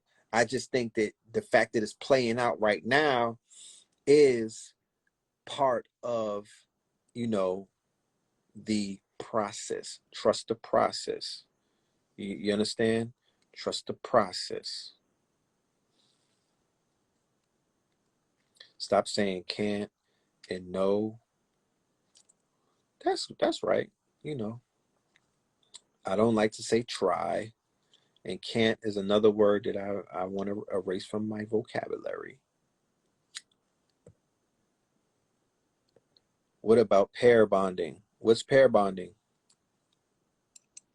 You mean pain bonding? What's pair bonding?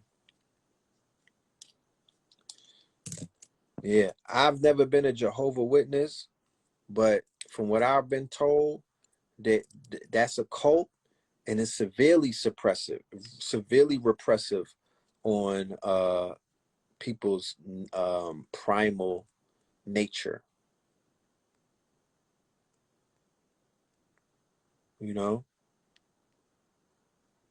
Somebody said Jehovah Witnesses girls are freaks, hands down. You know what I'm talking about? I mean, certain things come out of certain things. Certain things come out of certain. There's a reason why some of these things exist.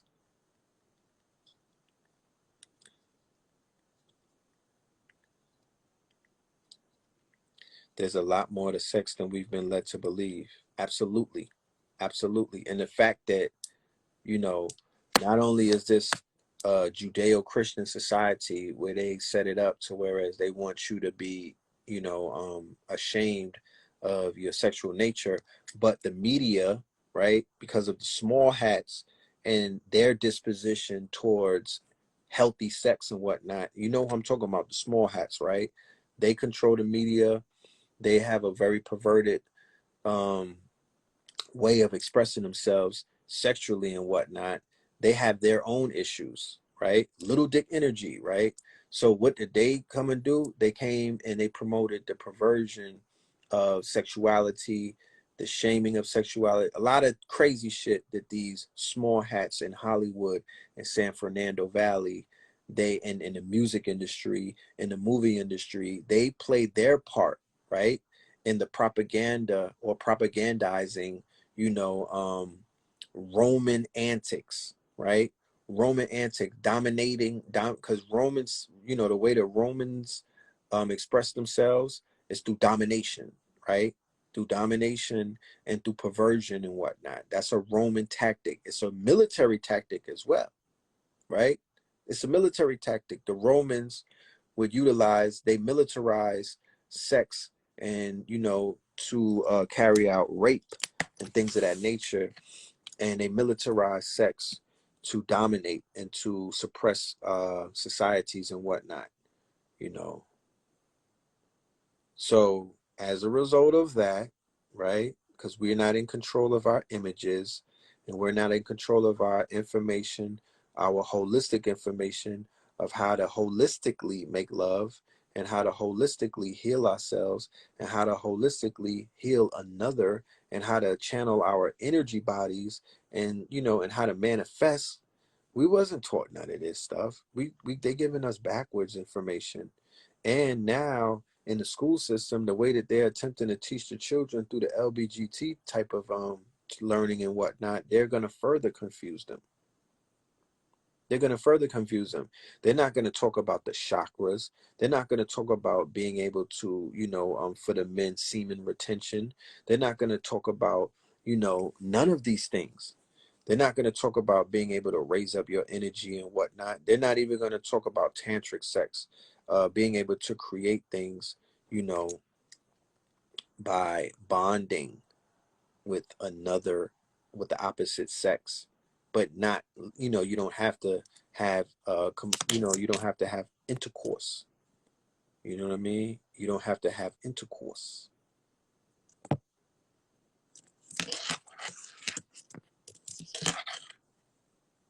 Tantric. Somebody said what kind of tantric? TANTRIC.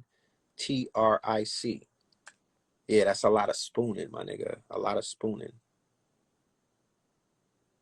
You know? I don't think that they even know what that, I mean, like, look at them people. They're not into none of that stuff. They're not into Karma Sutra, you know what I mean? 80 positions. They're not into that.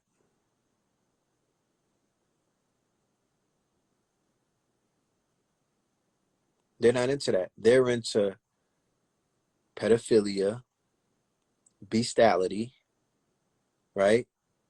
Backward sex, right? Pedophilia with children who they can dominate, right? Because like I said, if you do your research on Rome, right? Romans were not considered lovers, right? They were not admired for their lovemaking. That's something that Black Africans and brothers and sisters who were considered to be indigenous, when you go into the books and whatnot, even in India, they were known, even in Asia, with the quote unquote, with the Asians, they were known for their sexual nature and whatnot, and their beauty and things of that you, when you look into literature and when you go into Kemet, go and look at the walls, they were celebrating beauty. They were celebrating beauty. They were celebrating love.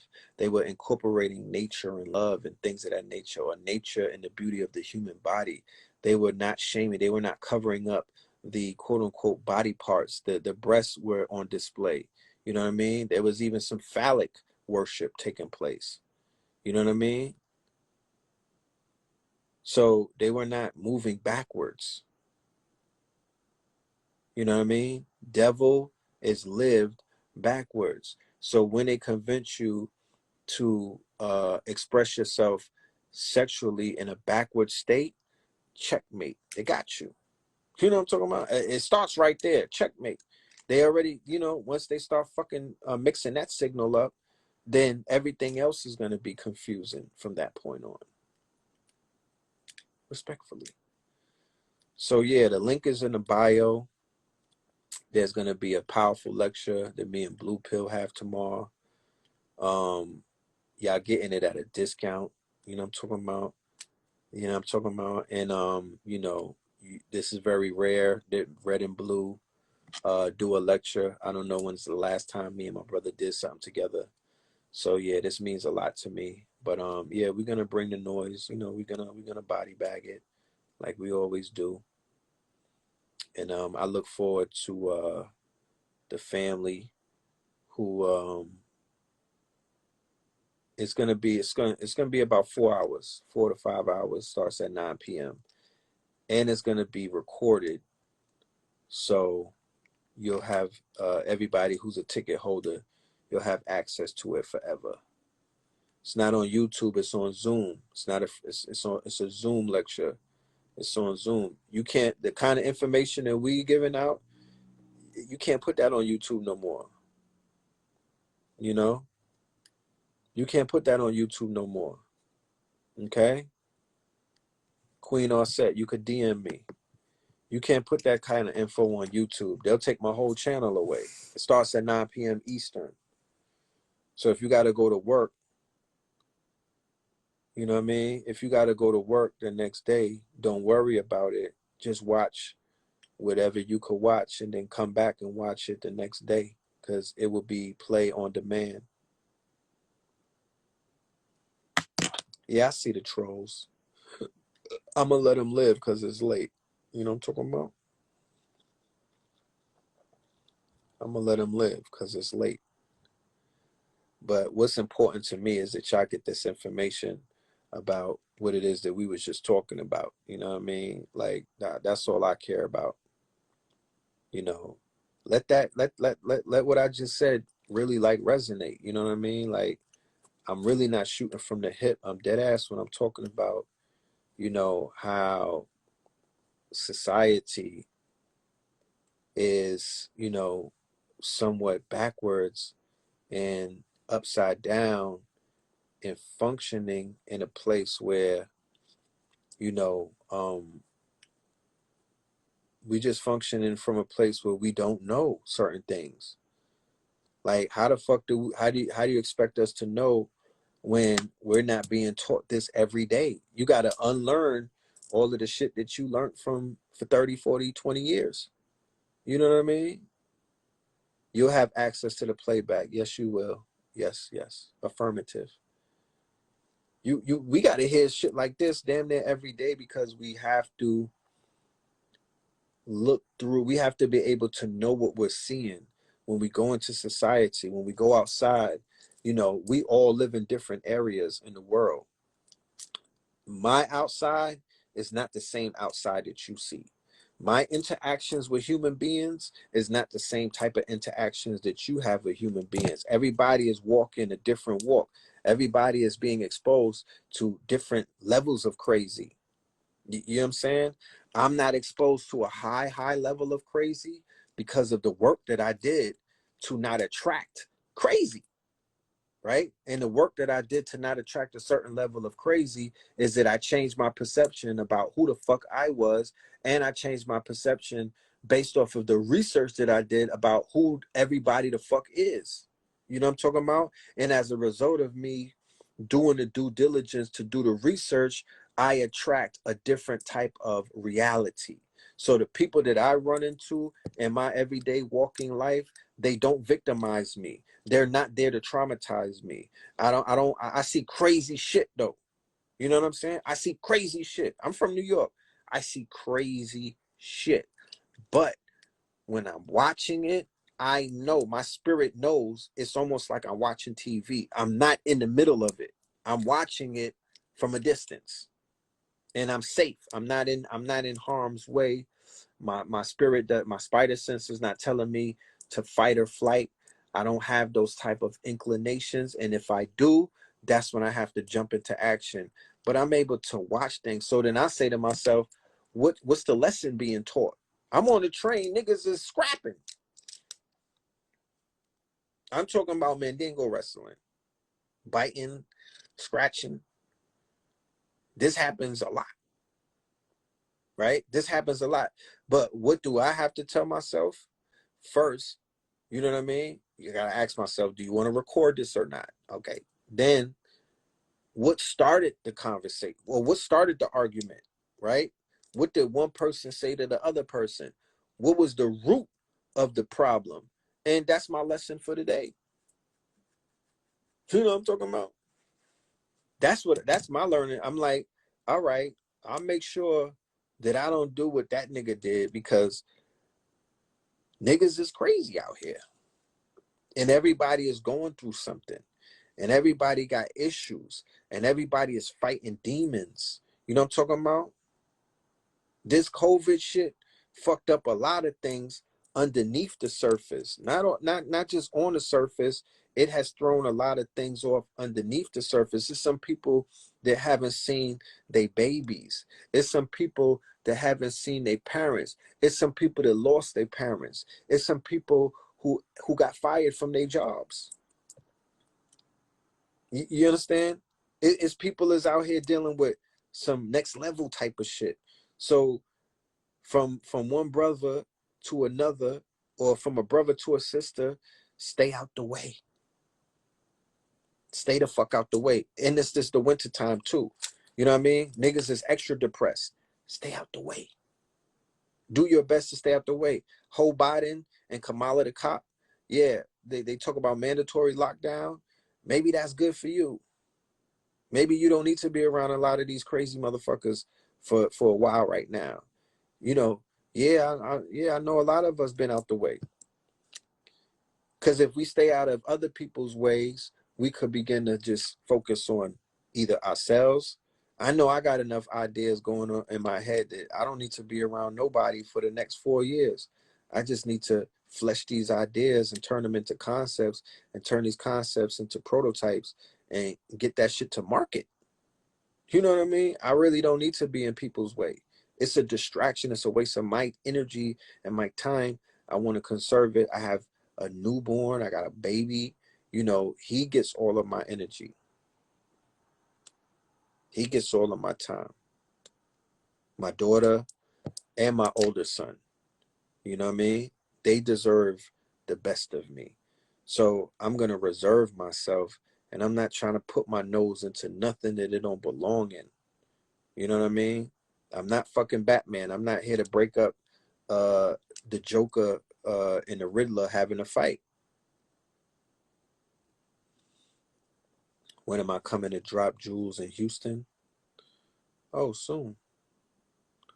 Yeah, my daughter's in Houston, so I gotta get out there. Just talked to her yesterday about coming to see her. Maybe in April I'm coming to Houston. You know what I mean? There's a crypto boom taking place. There's a Forex boom taking place. There's a stock boom taking. It's mad opportunities all around. We shouldn't even worry about anything else but that. And I'm saying I'm speaking French because, you know, it ain't no fun if the homies can't have none. You know what I mean? I feel guilty getting on live and counting out a few racks in front of y'all. You know what I'm talking about? I wouldn't feel right. I want us all to, you know, we should all benefit, because to be honest with you, the way that everybody else is moving, they put their people on. White people put each other on, bro. Fuck out of here. They got all of the cheat codes. They sit back and they stay quiet because they got the cheat codes. You know what I'm talking about? They too busy you know, robbing the bank. They too busy counting up. You scared of crypto? You should not be scared of crypto.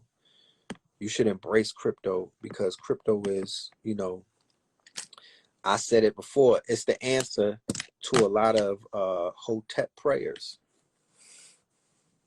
I think crypto was sent to us, as was a lot of things, but we don't know when the blessings are being sent to us. We really don't know, because we were not trained to see opportunity. A lot of us are trained to see trauma. A lot of us are trained to see pain. A lot of us are trained to see conspiracies, but we are not trained to see opportunity when it's staring us in the motherfucking face. That's not one of the requirements to be in this community, to whereas they're training you to see opportunity. To even talk about opportunity, niggas is like red pill fell off. This nigga's happy-go-lucky. Just to mention opportunity, just to mention the fact that there's opportunity out here, niggas is like, oh nah, he's ready to scam us. You know what I mean? He's lining us up. Beware. You know what I mean? This nigga's not supposed to be talking about opportunities in 2021. You know what I mean? What about what about the children that are being kidnapped and all of that? Like, people don't want to have, they want a trauma bond. They don't want to have conversations about victory. They want to have conversations about victimhood, because to be honest with you, misery loves company. And some people just want you to stay on that misery vibe, because when you stay on that vibe, it's not charging them to do anything. It's not charging them to level up. It's not putting a fire underneath their ass to move and to take a fucking risk and to just do something and to bet on themselves, right? If we could talk about white people all day or everybody else but us, then that's cool. You know what I mean? That sounds good. It feels good. But I'm not here for the feel-goodisms. And I'm not here to trauma bond. I did enough of that. And to be honest with you, I'm not trying to put too many more years on my life, because that makes you old quick. You know what I mean? It's a low frequency energy. Blockchain could be dangerous. In what way? How could blockchain be dangerous? Blockchain is an open ledger. Blockchain is dangerous to Wall Street. Blockchain is dangerous to Bill Gates. Blockchain is dangerous to anybody that's trying to hide. Blockchain is dangerous to the music industry because they can't steal your royalties anymore. It's an open ledger. Blockchain is scary to people who are doing crimes and whatnot, because all of your transactions are now in the open. That's blockchain. Smart contracts come out of the blockchain.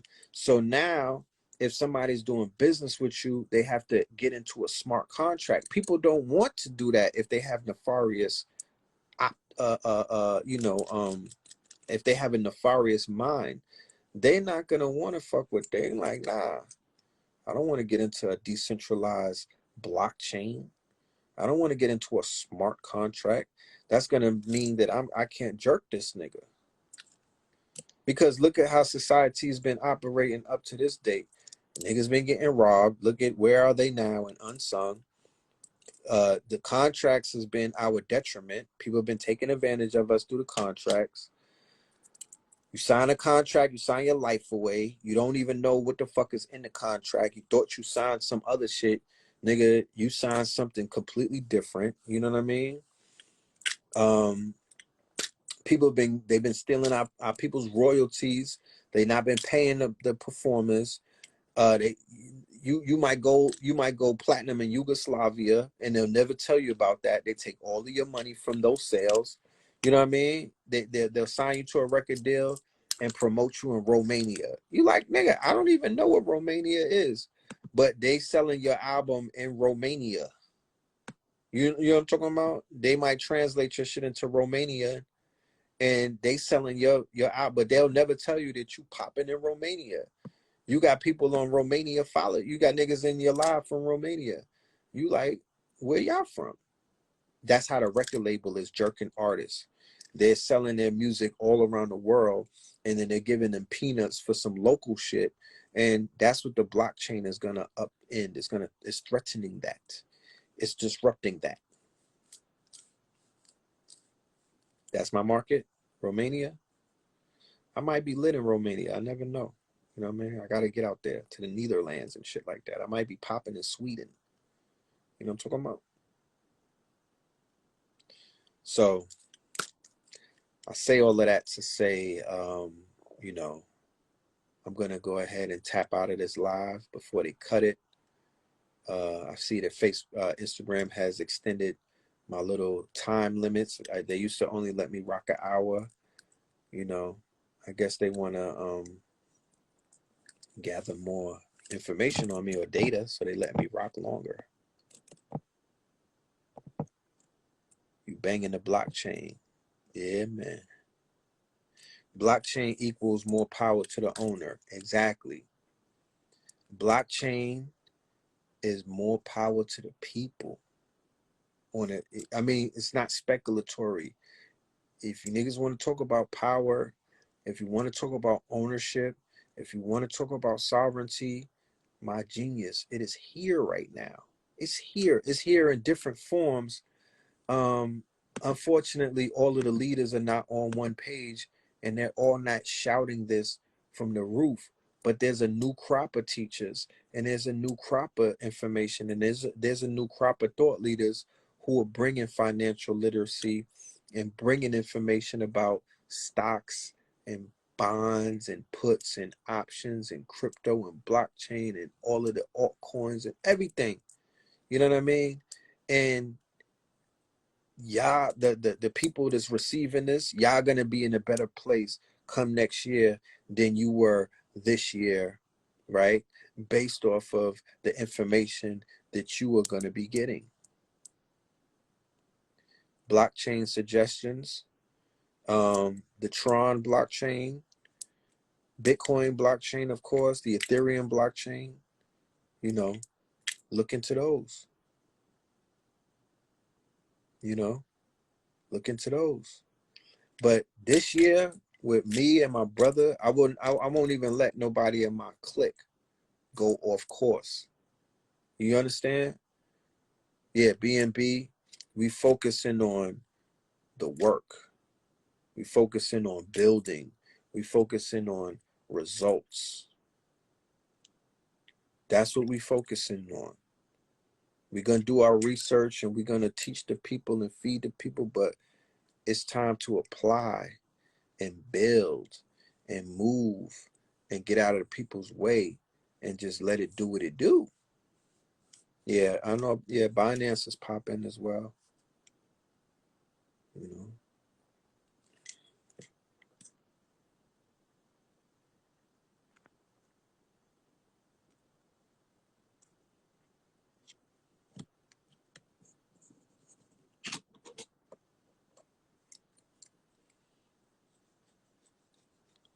Yep. So with that being said, yeah, because if people apply the science, there would be no speculation. You wouldn't even have to inbox me and ask me anything. Because I promise you, if you was listening to what we were saying in 2012, 13, 14, 15, it was like buy Bitcoin. You know what I mean? We was like buy Bitcoin. It wasn't 1,000 coins back then. We was like, yo, there's this new technology, there's this new cryptocurrency. It's called Bitcoin. Buy it. And this is how you buy it. So for the people who bought it, they applied they applied the information, and now they living good. Now they high on the hog. Now they holders. They grinning and skinning and grinning. You feel me? You know, drink water with gold in it. Drink sea moss. You know, do all of these things. If people would listen and pay attention and apply the information, then we would see you at the platinum party.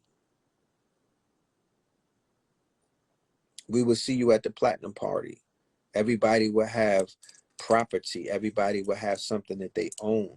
Everybody will have, because Bitcoin is an asset. Do you know what that is? You can own something now. You can own, that's an asset to own. And necessarily it's not depreciating in value. You know, it's going to go up and down. You know, but it's an asset though. We don't have a lot of assets as Black people. So for the assets that exist, artwork, NFTs, get into the NFTs. Those are assets. I'm about to come out with my artwork before the year is over. You know what I'm talking about? I'm throwing my hat in that ring as well. I'm going to be selling NFTs. I'm selling artwork. I'm getting back into my artwork because art appreciates in value. And I know when I make my transition and I tap out of here, my artwork is going to rise in value. You understand? Because I know the legacy that I'm leaving. I know what I'm doing. I know the seeds that I'm planting. So, you know, at this point, niggas should be preparing for shit like that. Yeah, EFTs, ETFs. You know, y'all are in a community and y'all belong, y'all have access to a lot of thought leaders.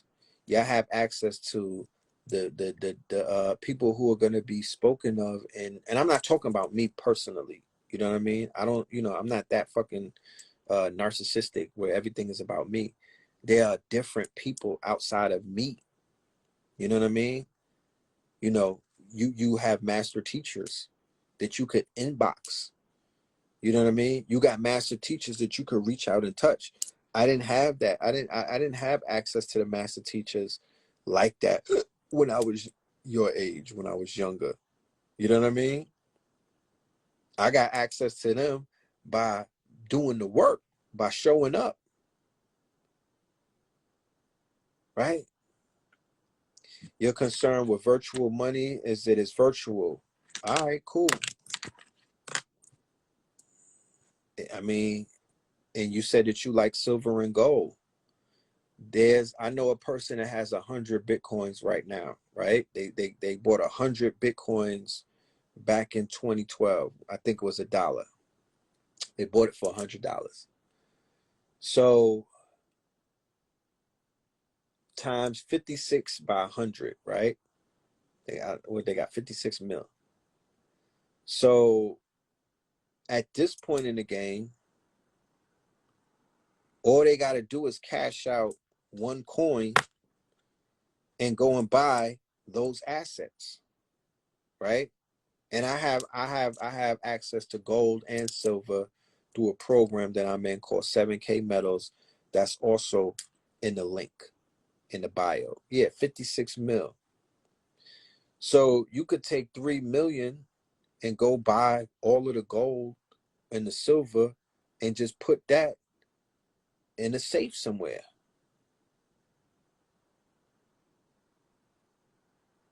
You feel me? Like nothing is stopping you.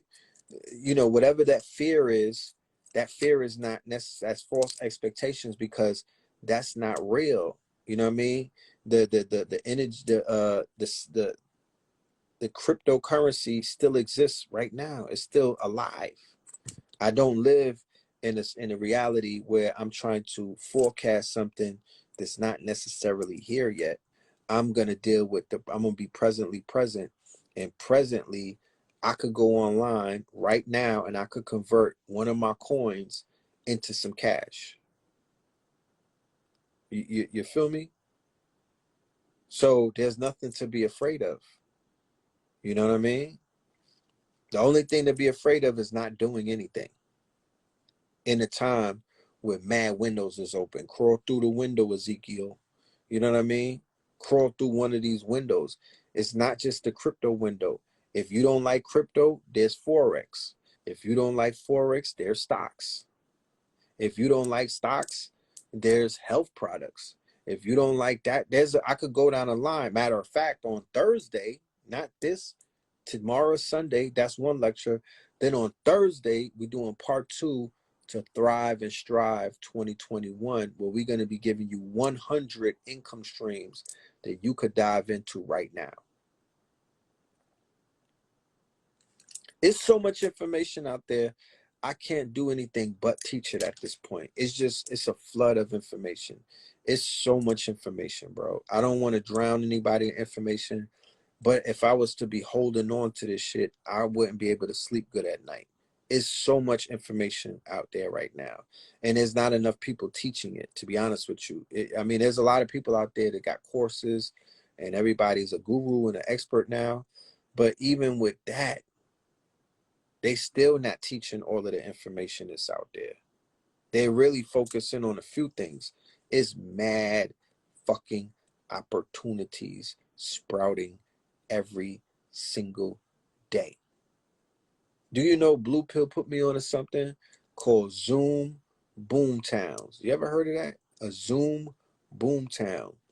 Because of Zoom, right? Because of the fact that they have taken the job market and made it at home, right? They've taken the job market and they've made it the fact that you could work at home. Now, let's say that I lived in New York and I'm paying $3,000 rent, right? but my job is like, you don't got to come into work. You could work from home. The Zoom boom towns are towns that you could go to live in, where you pay $1,000 a month and get your motherfucking bread. Being a digital nomad or working off of your computer, you're not necessarily stuck in no regions anymore. You can move around. That's why everybody's in Miami right now. You know what I'm talking about? Niggas turn into snowbirds. They're in Miami. They're in Florida. They're in the fucking sun. They're getting vitamin D. Niggas is in Tulum, and they still work at FedEx. How does that work? You know what I'm talking about? A Big Brother town. No, not Big Brother town. Zoom boom town. Zoom boom town. You know what a boom town is? That means it's a lot of money going around. The crime rate is going crazy in the Bay Area. Yeah, you got to get out of them big cities because it's a fucking crime wave in the cities. Them little niggas is drilling and whatnot. You don't want to be in the cities right now. You don't have to be. You know what I'm talking about? You don't want to be in the cities. You don't want to be where crime is rising and whatnot. Shit is turning into Gotham City. The cities are falling. The cities are falling. It's unfortunate, but it is what it is. They were gentrified a few weeks ago. Now they're falling. You know what I mean? They were being gentrified. Now they're falling. You got to ask yourself, why is that? Oh, the ATL. Yeah, I saw what happened with Shada Prince. The crime rate in the ATL was on the rise before COVID, though. Niggas was out there drilling hard body. They was doing B&Es, kicking the door, pay for murder. You know, Atlanta's underworld, the trenches and the streets in Atlanta.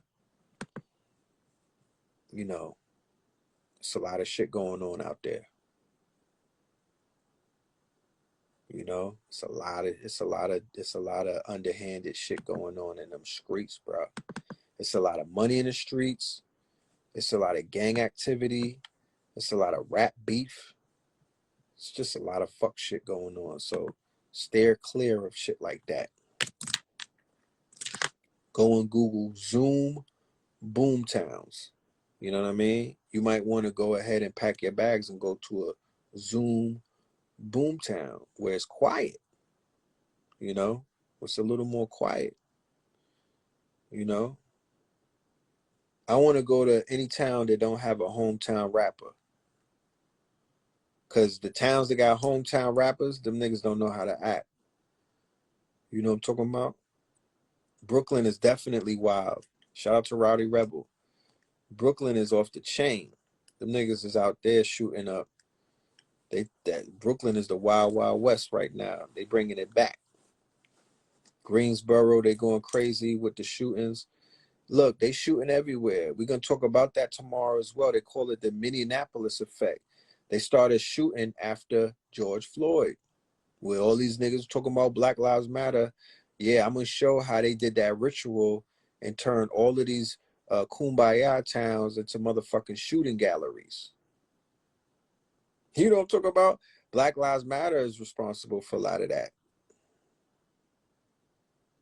You know? Yeah, I don't want to go nowhere where niggas is drilling. I'm gonna do my research on Zillow. I'll be like, Siri, is there drill rappers in Boise, Idaho? No? All right, that's where I'm going. You know what I'm talking about? I don't want to go nowhere where there's no trap rappers, no drillers, and no gangs.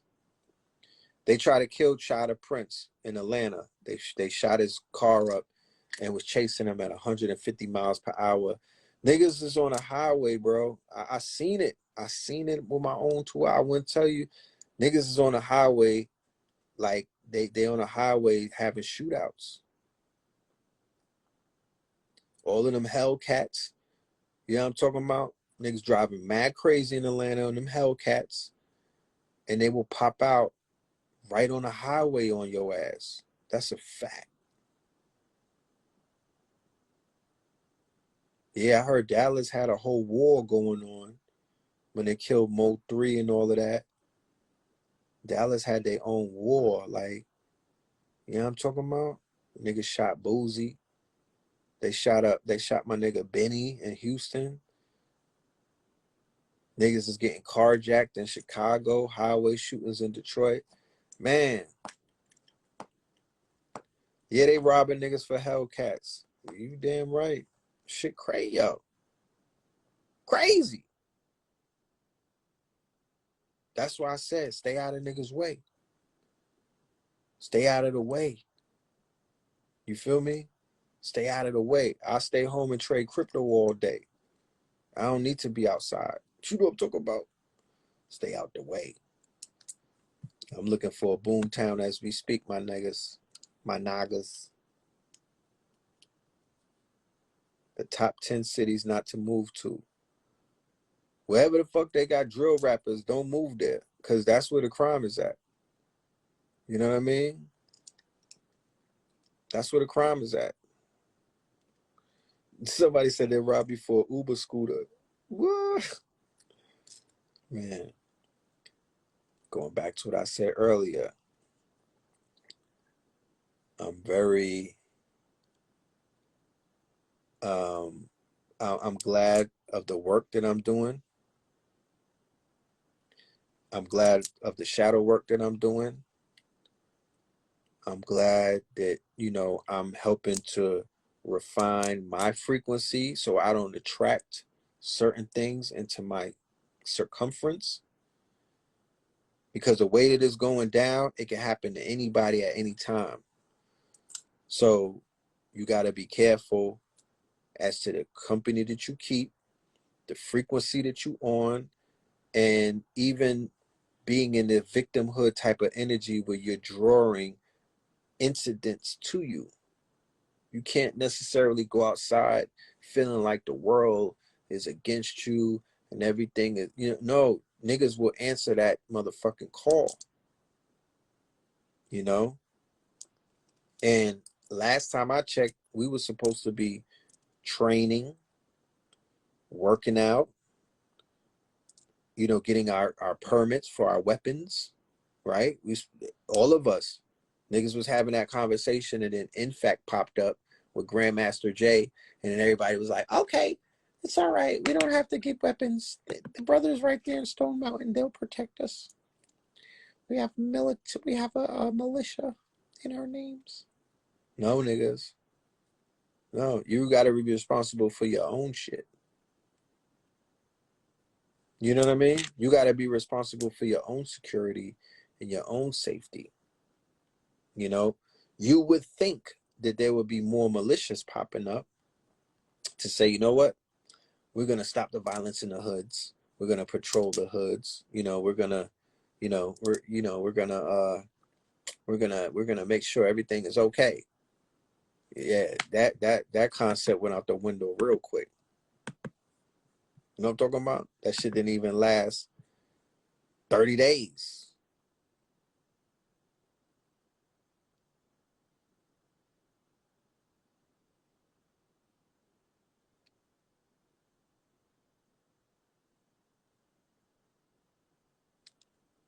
So yeah, we need something better than the hood. You know, we need something better than the hood. The hood ain't it. That's not where it's at. We need something better. It's not Mars either. You know what I'm talking about? It's not Mars. It's not the hood. It's not the woods. I don't want to live in the woods. We just got to figure this out. Well, like I said, we got to get our ones up. And if we tap into this boom as a collective, shout out to Brother Rich, Chicago Crypto just had a 6-hour class on cryptocurrency today on Black Magic 363. It was a paid lecture, $100 ticket. He did it today for 6 hours. It blew my mind. You know what I mean? It blew my mind. The amount of research the brother was sharing, it blew my top. But he's just one example of the brothers who got the information that we're going to have to use to get ourselves in a better position so we can make moves. All right. So I'm going to leave it on that. I'll see everybody who's holding tickets for tomorrow's lecture in the building. Give me a shout out when you see me. We'll send you the tickets an hour or two before the lecture, which is 7 p.m. Eastern. You'll receive it in your email. Okay. You'll receive it in your email, and we'll take it from there. All right. Red and Blue Pillar, American Gods 44. You dig? All right. Love and light to the family. Y'all be good.